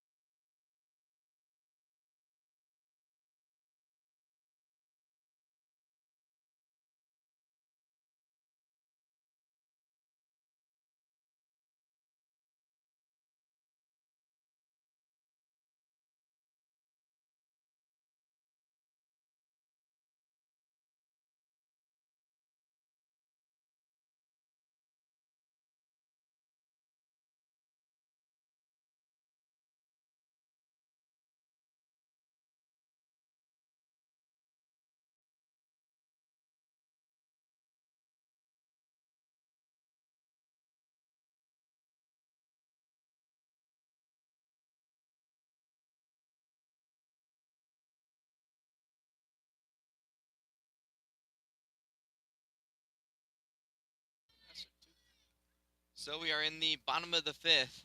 Trinity trailing 11-7 as they look to claw their way back into at least a tie here in the late innings. Ava Martin will stay in the game and take right field. And Alondra Galindo Diaz will lead off for Trinity. She has walked twice in a row and takes the first pitch for ball 1. Eagles are now facing Riley Caparis. Did a phenomenal job coming in and getting 2 outs to end the inning. After going the distance in game 1. Well, pitch is in there for a strike, 1-1.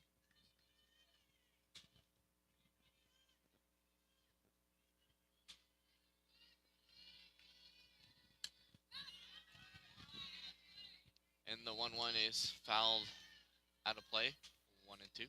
So head coach Mike Ellison for Edward Waters. Saw that he needed some help last inning, got it from one of his best, and she's out there to try to make her Trinity does not repeat the last couple of innings.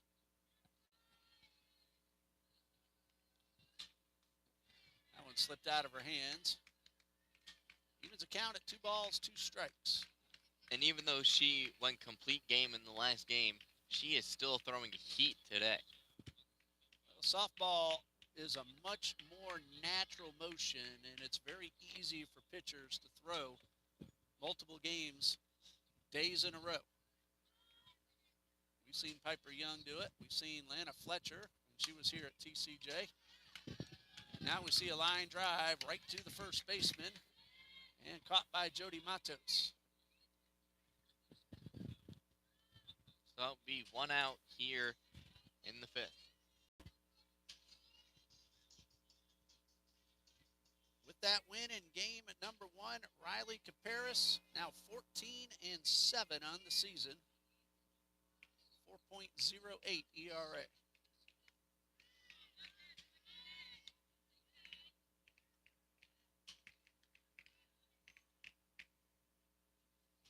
And if the score holds, she will be in line to get her second win of the afternoon.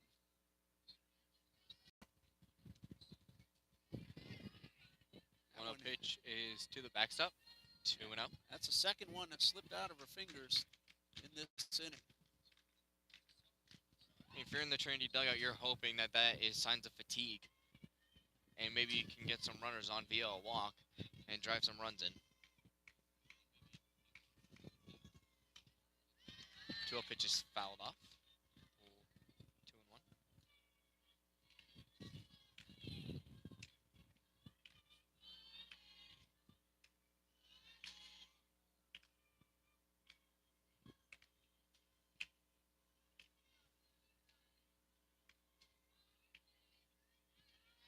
2-1. 2-1 pitch to Payne. Grounded back to the pitcher. Deflects off of her, and Payne will reach first safely. That'll be a base hit because pitcher coming out of her motion. Ball tapped back to her pretty quickly. Difficult play. So Carlin will get credit for a base hit. So that will bring Shaw up to the dish. And if there was ever a time if there was ever a time for her to hit her first homer, now would be the time.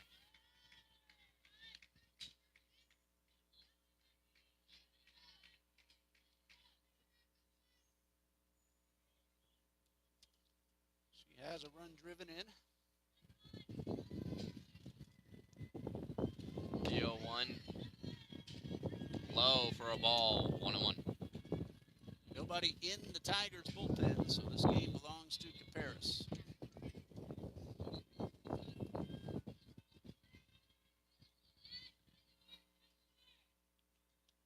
The 1-1.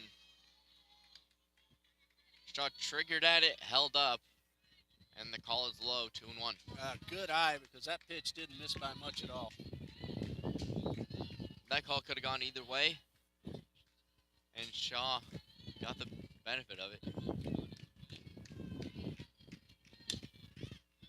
Big swing, but Ashley Shaw just a touch late. Count 2-2. Two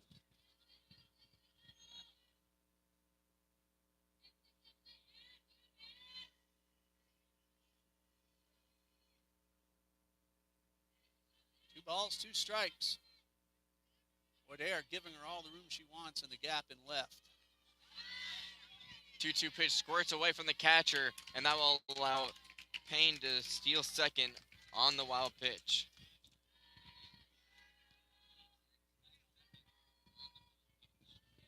RBI opportunity for Ashley Shaw. Full count now to Shaw. She is 1 for 2, drove in a run. She is to drive in another. That pitch is grounded to the shortstop, and she is out by half a step. That was a terrific throw by Haley Vila. The way Shaw runs, Vila bobbled the ball. Everyone here thought Shaw was going to beat that out except for Vila, and she made a fabulous throw. She made it perfect throw right on the money, and it was an absolute strike across the diamond.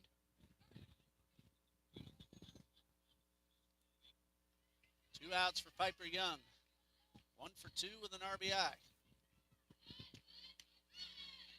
First pitch is in there for a strike. 0-1.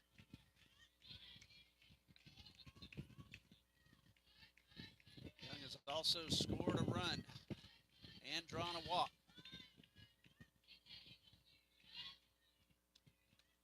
And she chased one down in the dirt. 0-2 now.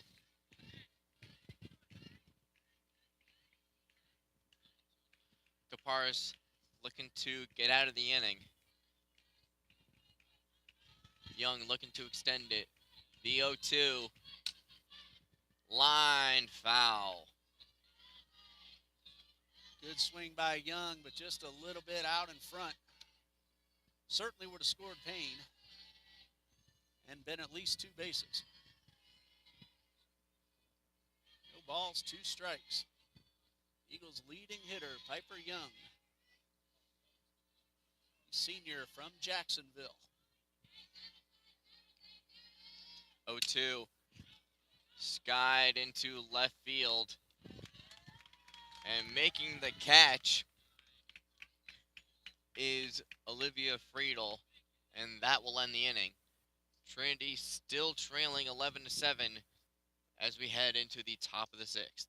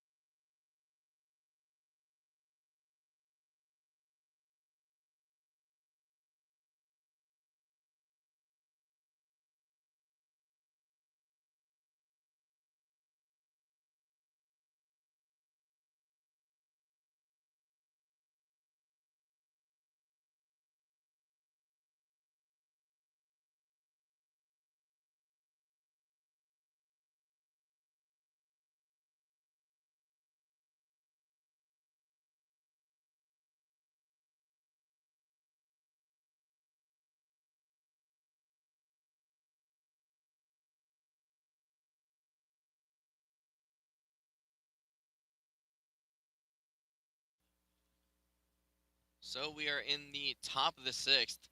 Trinity down 11-7. Edward Waters coming up to bat against Autumn Edie.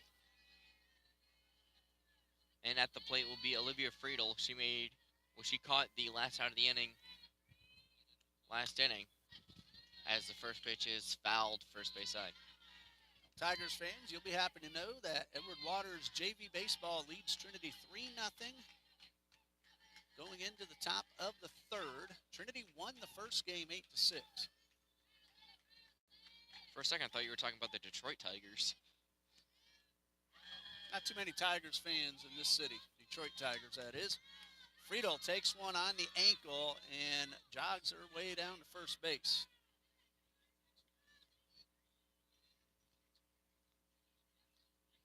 So one on, nobody out. Maggie Burkholzer at the plate.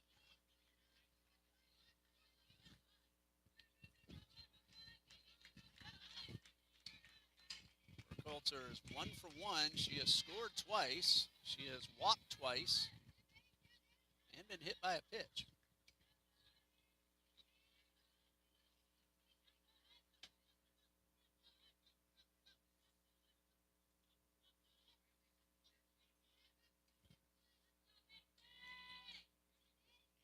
The 1-0.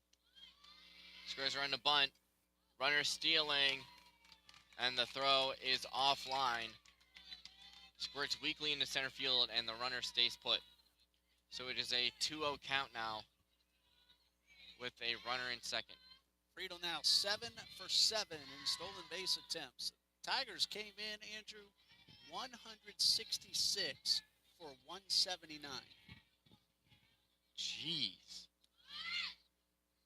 I mean, that's hard to even wrap your mind around. They love stealing bases, and they always have.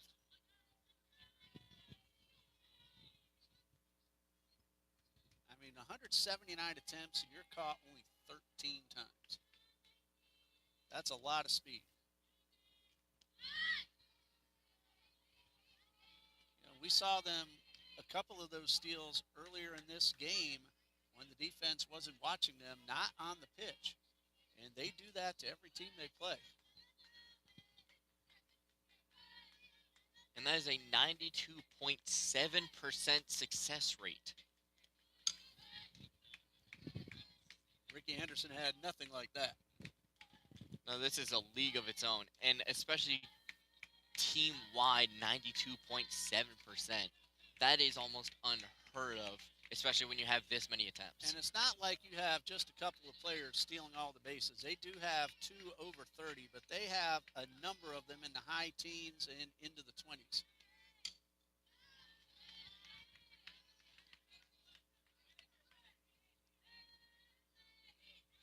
Three balls, 2 strikes to Macy Burkholzer. And when you consider that every steal is moving you further into scoring position or even scoring you, it's easy to see why they have such a potent offense. As that pitch is lined and blooped into shallow right center field, that will score a run And that will extend Edward Waters' lead to 12-7. Carlin Payne wanted to come up and have a chance to throw to the plate, but the ball hopped to her right. She had to barehand it, and that took away any chance. So an RBI single for Burkholzer, her second run driven in.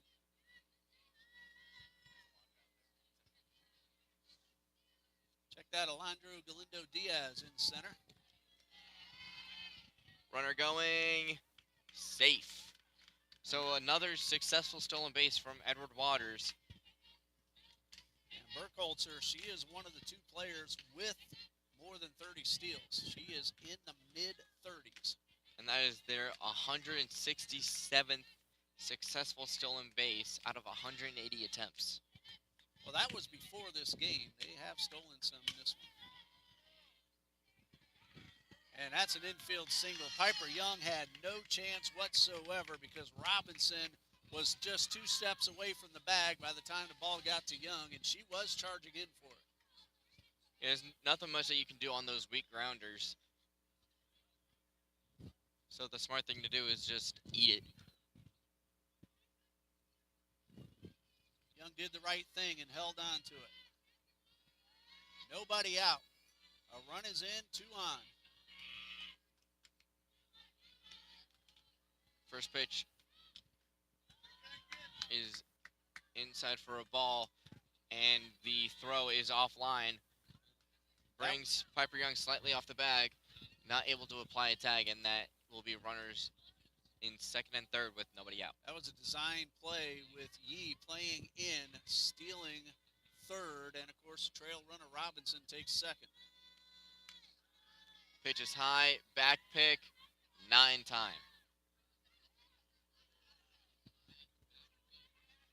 Ashley Corazzini at the plate.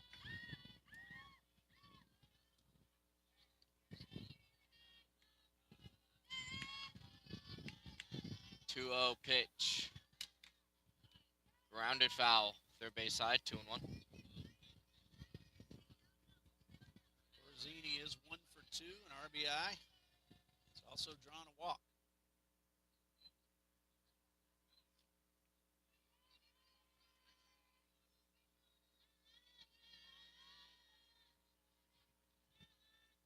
The 2-1. Grounded to Yee. Bobbles it. Safe over there at first. Runner comes home. Out there. And the runner advances to third. And the runner also advances to second. So Trinity guns down the runner coming home on the bobble. But Edward Waters gets runner on second and third now with 1 down.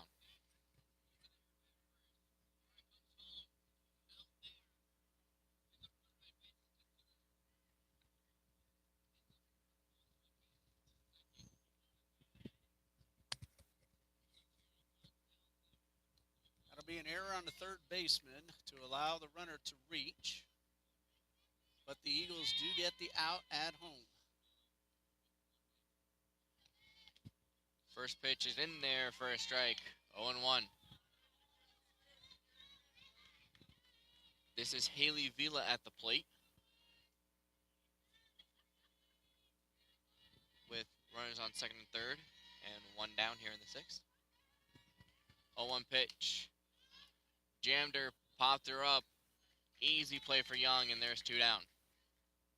That one got right on the kitchen, right on the handle, just a couple of inches away from her top hand. And that's exactly what the doctor ordered if you're Trinity. A weak fly ball, nothing that Edward Waters can do with it. There's Paris swinging the bat for the second time. Remember, she came in as a pinch hitter and became the designated player before taking the circle to stop that Trinity rally. And again, if the score holds up, she would be the winning pitcher for the second time today. And that first pitch was in there for a strike. And now the 0-1 offering is outside, 1-1.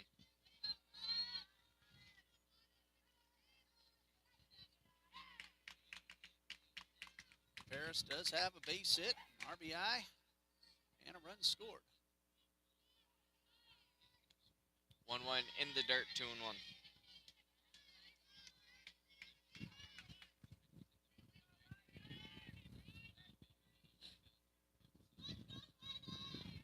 Edward Waters got 4 in the second, 2 in the third, 5 in the fifth, and 1 in the sixth.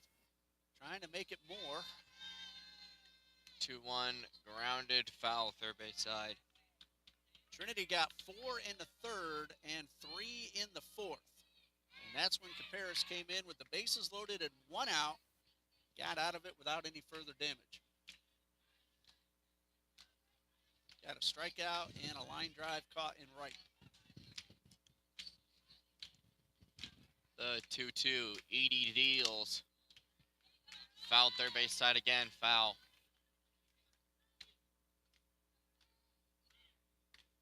Pretty good battle here between the two pitchers.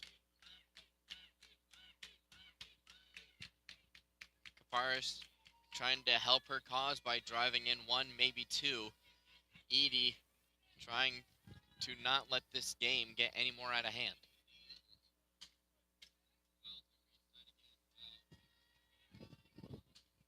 The 2-2. Blooped into left field and foul. Eagles caught a big break because that ball was fair until just before it hit the ground and took a slight left turn. And Caparis is an important batter because she represents the 8th run of the margin. If she reaches and scores, that would put Edward Waters up by a magic number of 8. And that ball was not fouled by much, as the 2-2 is fouled off again. That was fouled by maybe 2 inches.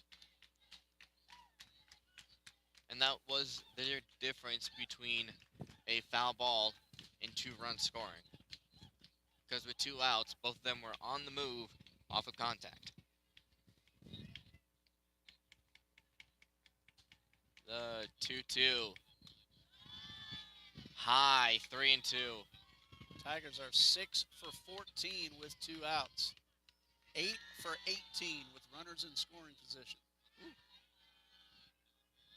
So full count now with 2 outs, but with nobody on first, the runners will not be going on the pitch. Pitch is outside, ball 4.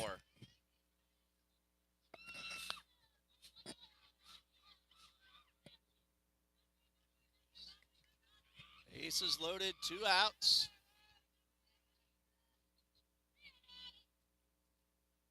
Rosalia Iglesias Lopez, but she will have to wait a moment. Coach Blackmer coming out to talk with the home plate umpire.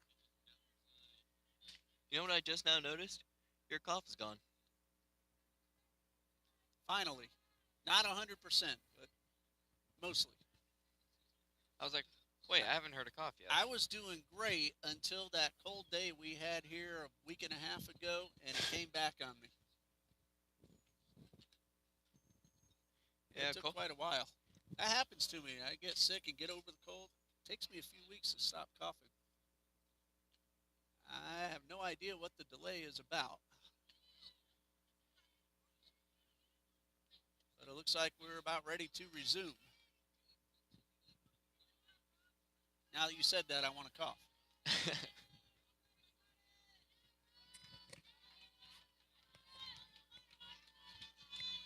I thought you were about to right there. I'm trying to get rid of some of the insects on the computer. Pitch is popped up, and Payne with the catch out there in left field. So the Eagles are coming up to bat in the bottom of the 6th, trailing down 5 as they will try and claw their way back and try and score at least a couple here in the bottom of the 6th.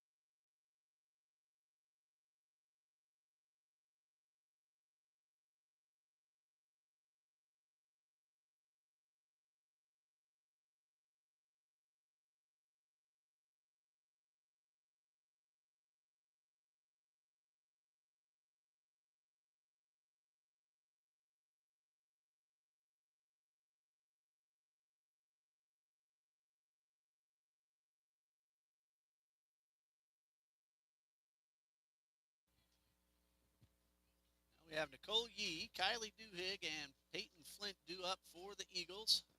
Trailing 12-7. They've rallied twice. One time for 4, one time for 3. But they are facing Riley Caparis, who's looking for her second win of the day. Nicole Yee, hits a hard ground ball to the shortstop, and she makes a good pick and tosses over to first for the out. So 1 down here in the 6th. Now, Eagles have gotten some base hits, but they've also had a number of well-hit balls caught. That was another one right there. Kylie Duhigg has the Eagles' hardest hit of the day.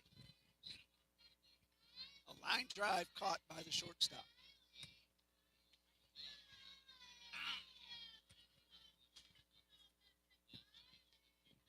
You jinxed me. You said cough. Now I got a little frog throat.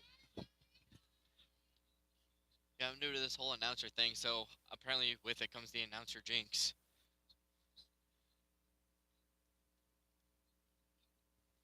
Coach Blackmer having a conversation with the home plate umpire.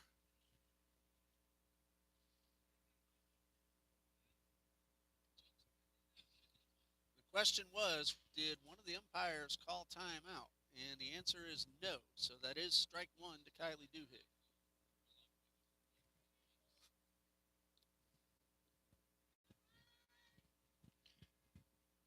0-1. Pitch is lined hard, foul, third base side. That ball was hit just as hard, if not harder, than her line drive to the shortstop, which went for an out earlier.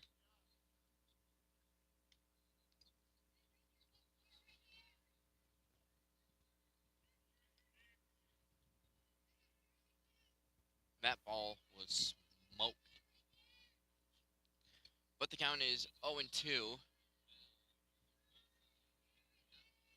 As Caparis deals the 0-2, and Duhigg lines it into right field. And Duhigg is safe over there at first. And once again, that's why you hustle. Ava Martin had Duhigg at first, but the throw a little bit off the mark. It is a base hit, but Martin very close to getting a 9-3 put out at first base. Duhigg beat it by half a step, and if she was not hustling, she would have been out. And that will bring up Peyton Flint to the plate as she swings through it. First strike 1. Flint 1 for 2 with an RBI. Driven a run in the Eagles' big 4-run inning and laces this one into center. They have a play at second, and Duhigg is out. Nothing you can do there if you're Duhigg. And unfortunately for Flint, that is not a base hit. That'll be a fielder's choice and an 8-6 put out.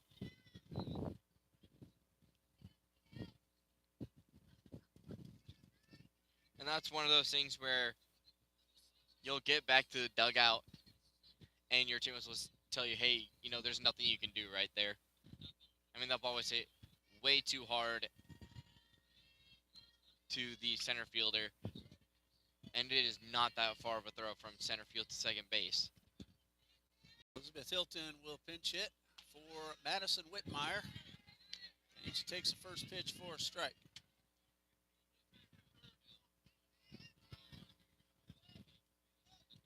Hilton looking for her first hit of the season. 6 official at-bats so far. She does a lot of pinch running and courtesy running. Pulls back in time to take ball 1.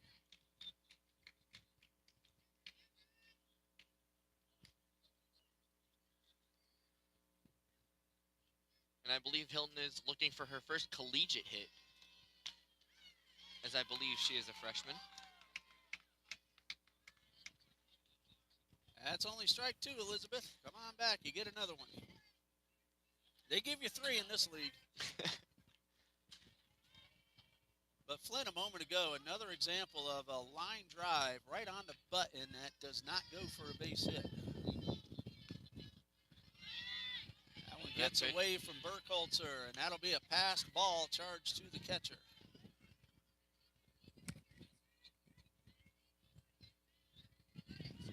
And it's nice to see Hilton not getting in her head about forgetting the count and staying within herself to not go after that high fastball.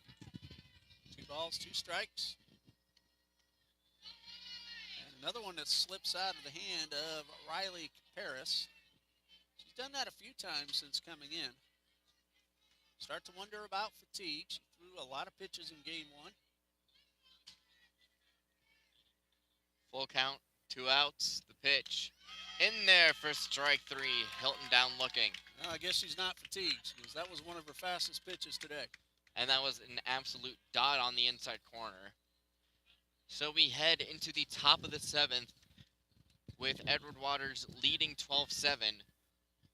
And Trinity will try and hold the lead there and try and come from behind and try to come from behind and win this in the bottom of the 7th when we get to the bottom of the 7th.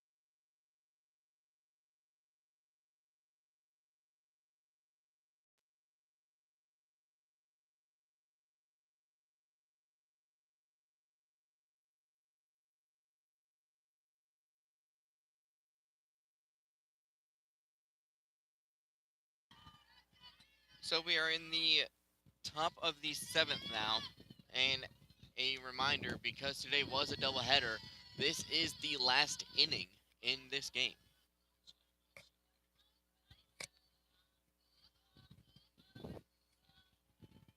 Ball, no strike. Final regular season home game for TCJ. And again, in case you missed the news, the South Region Tournament has been transferred to Trinity Softball Complex, May 4th through the 7th. And that just happened really just a few days ago. I was not aware of it, but now I am, and I can't wait to be here for it. As the count is 2-0. That pitch is lined into the gap in right field. That will get down, and that will be a triple. That will be a stand-up triple for Jody Matos. And Edward Waters has a runner on third with nobody out.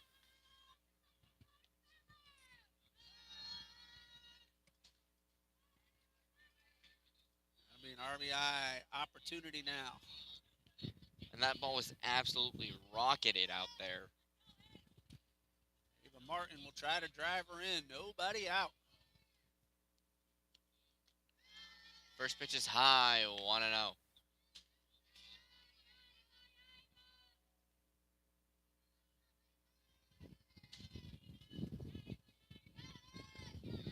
Of course, as the weather's getting nicer, all the little bugs are coming out.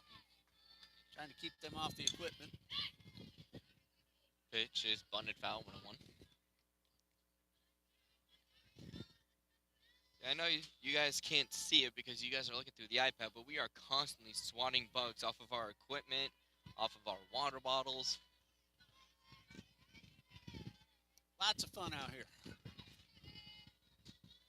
The 1-1 outside, 2-1. That's what happens when you broadcast from the bleachers. Yep. But I guess I can't blame the bugs too much for wanting to enjoy this nice weather. Oh, it's very nice out here. We could not have asked for nicer weather. Pitch hits her in the head. Thank God for small favors. That helmet. That's why you wear it right there. Yep. So Martin aboard at first, and she shows that she's all right. Time called. Coach Blackmer heads out to the circle to have a chat with Autumn Edie.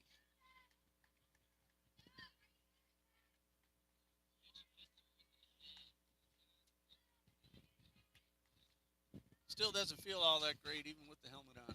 It does not. And it's scary for everybody when somebody gets hit in the head.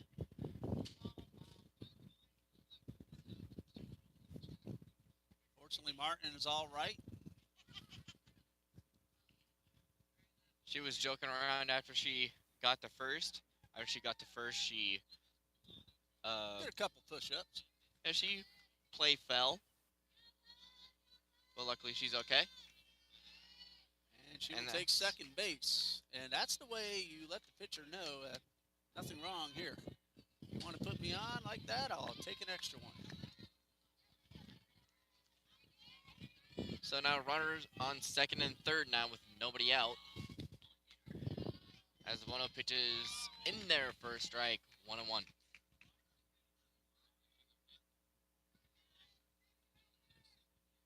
Jody Matos, 3 for 4. She's had a really nice game. She's driven in 2. 1-1 pitch. Outside, 2-1. Matos has also scored twice. 2 of her hits have been for extra bases. 2-1. Cut on a miss, 2-2. That ball had a lot of tailing motion in toward the right-handed hitter.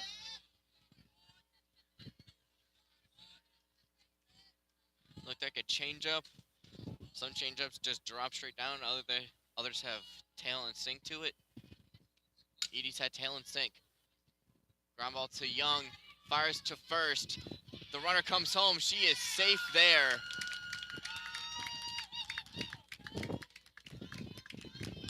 And that will extend Edward Waters' lead to 13-7, making it a 6-run deficit as the runner from second moved up to third.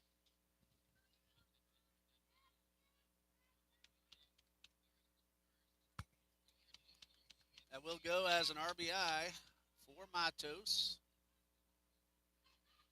That's her third of the game, and Coach Blackmer is coming out once again, and that'll be all for Autumn Edie. Just defensive changes going on. Peyton Flint will go from first to the circle. Edie takes over at first, and we will see what Coach Blackmere has planned now. Looks like Kylie Duhigg will man third.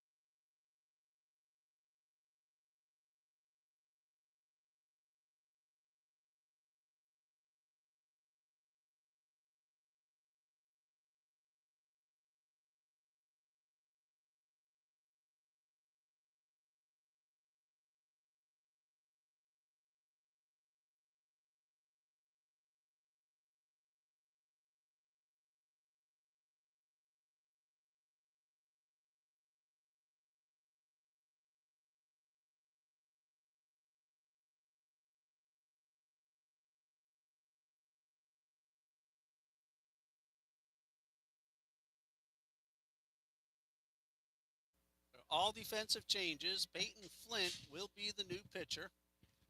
Autumn Edie will go to first base, moving Kylie Duhigg over to third. Piper Young will move to second base, and Nicole Yee will go to shortstop. First pitch from Flint is to the backstop, and that will score the runner from third, and that will make Edward Waters' lead 14-7.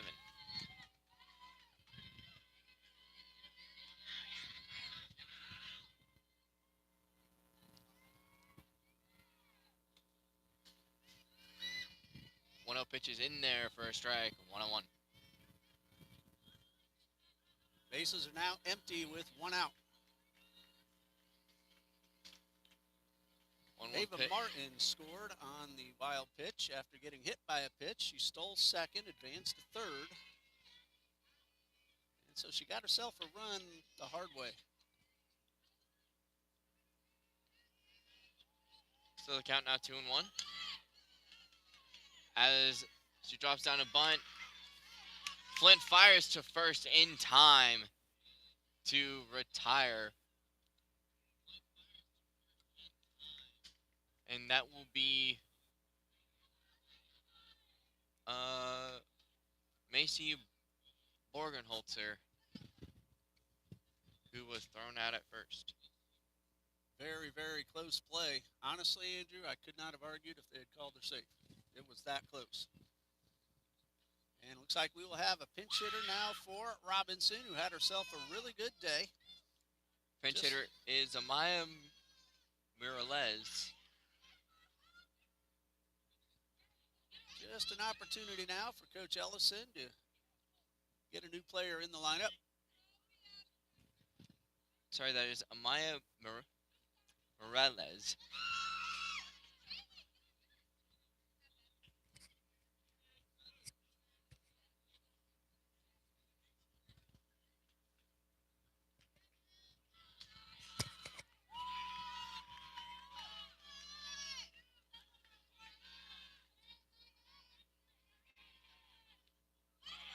And in her pinch hit at bat, she gets hit.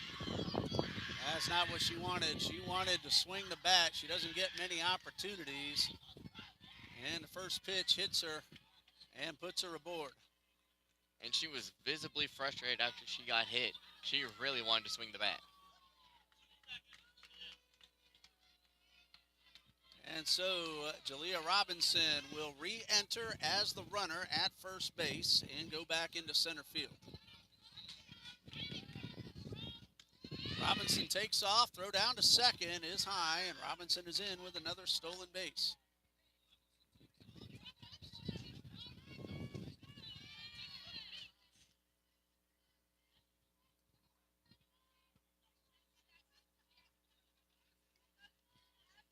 Oh, 1 pitch. Grounded up the middle, and that'll be through for a base hit. Bobbled out there by Diaz, and Edward Waters extends their lead to 6, making it a 15-7 ball game.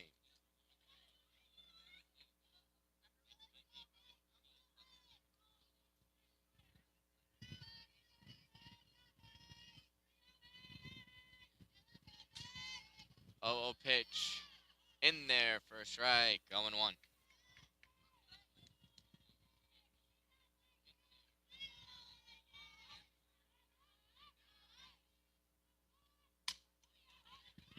That pitch is grounded to Yee over there at short. She fires over to first, and that will end the inning.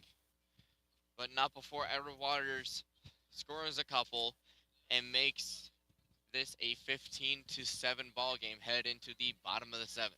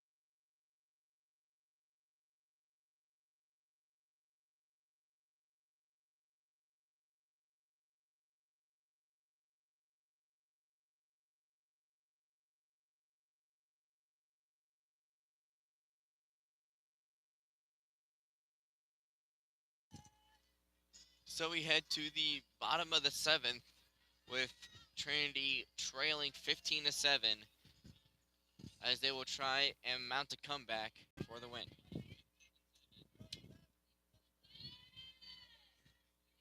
Callie Dunn entered the game a couple of innings ago as the DP. Gets her second chance to swing the bat.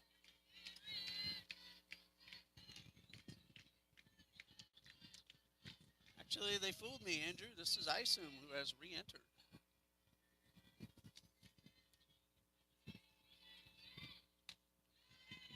1-0 pitch is high, 2-0.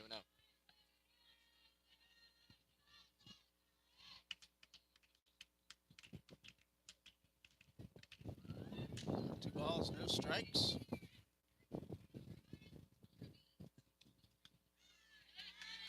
2-0 pitch is in there for a strike. You know, they don't always tell us the changes, so it's easy to miss.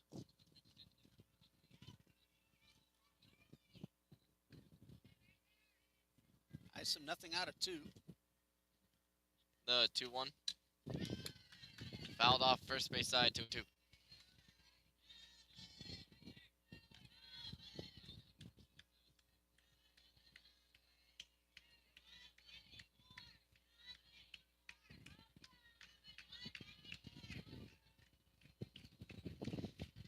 The 2-2. Outside, 3-2. Isum's followed by Galindo Garcia and Carlin Payne.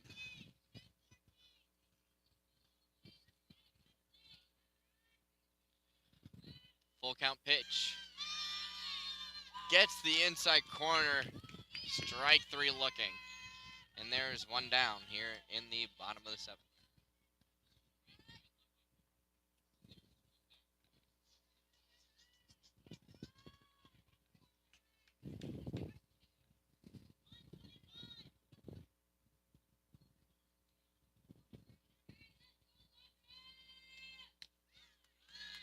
First pitch is in there for a strike, 0-1.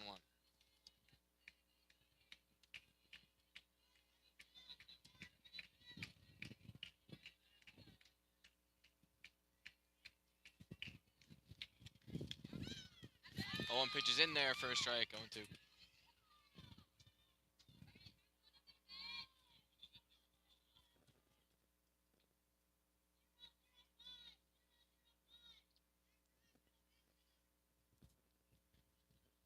Oh-2 pitch.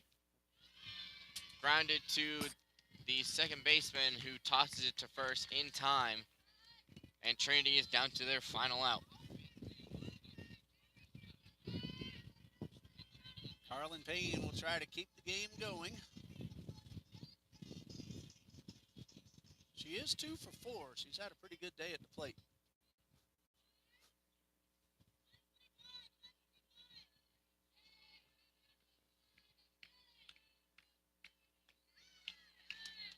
First pitch is in there for a strike. Clips the outside corner.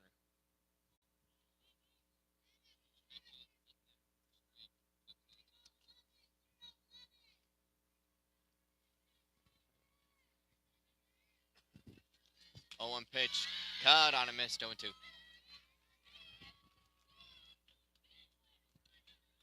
Trinity down to their final strike. Payne looking to extend the game.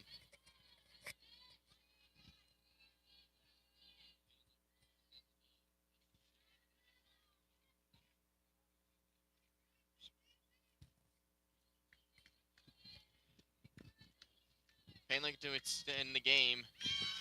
And she will not do it as Kaparis gets the strikeout swinging.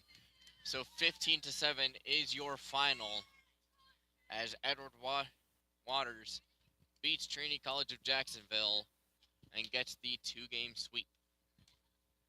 Well, Andrew, a beautiful day out here, but Edward Waters, NCAA Division II, they put some runs on the board. Trinity gave them a battle for most of game number 2, took the lead 7-6, but then Caparis came in, shut the door, and the Tigers offense took over, and they come away with the sweep. That's it for TCJ's home portion of the schedule. The Eagles will go play a South Region 3-game series at Baptist University of Florida, 2 on Friday and 1 on Saturday. And Edward Waters, they will finish up their conference play against Savannah State University. Well, Andrew, been a pleasure to have you on the microphone. Thank you for filling in and keeping it going throughout the afternoon. Pleasure to be here, and it's always fun being on the broadcast. Well, our next broadcast, Andrew will get it started Friday afternoon at 2. Eagles baseball starts a 3-game series against Florida National University in a doubleheader on Saturday. And I can't wait to broadcast that game as well. And I'm definitely looking forward to it. All right, Andrew, go ahead and sign us out for the night. My name is Andrew Tomasoni.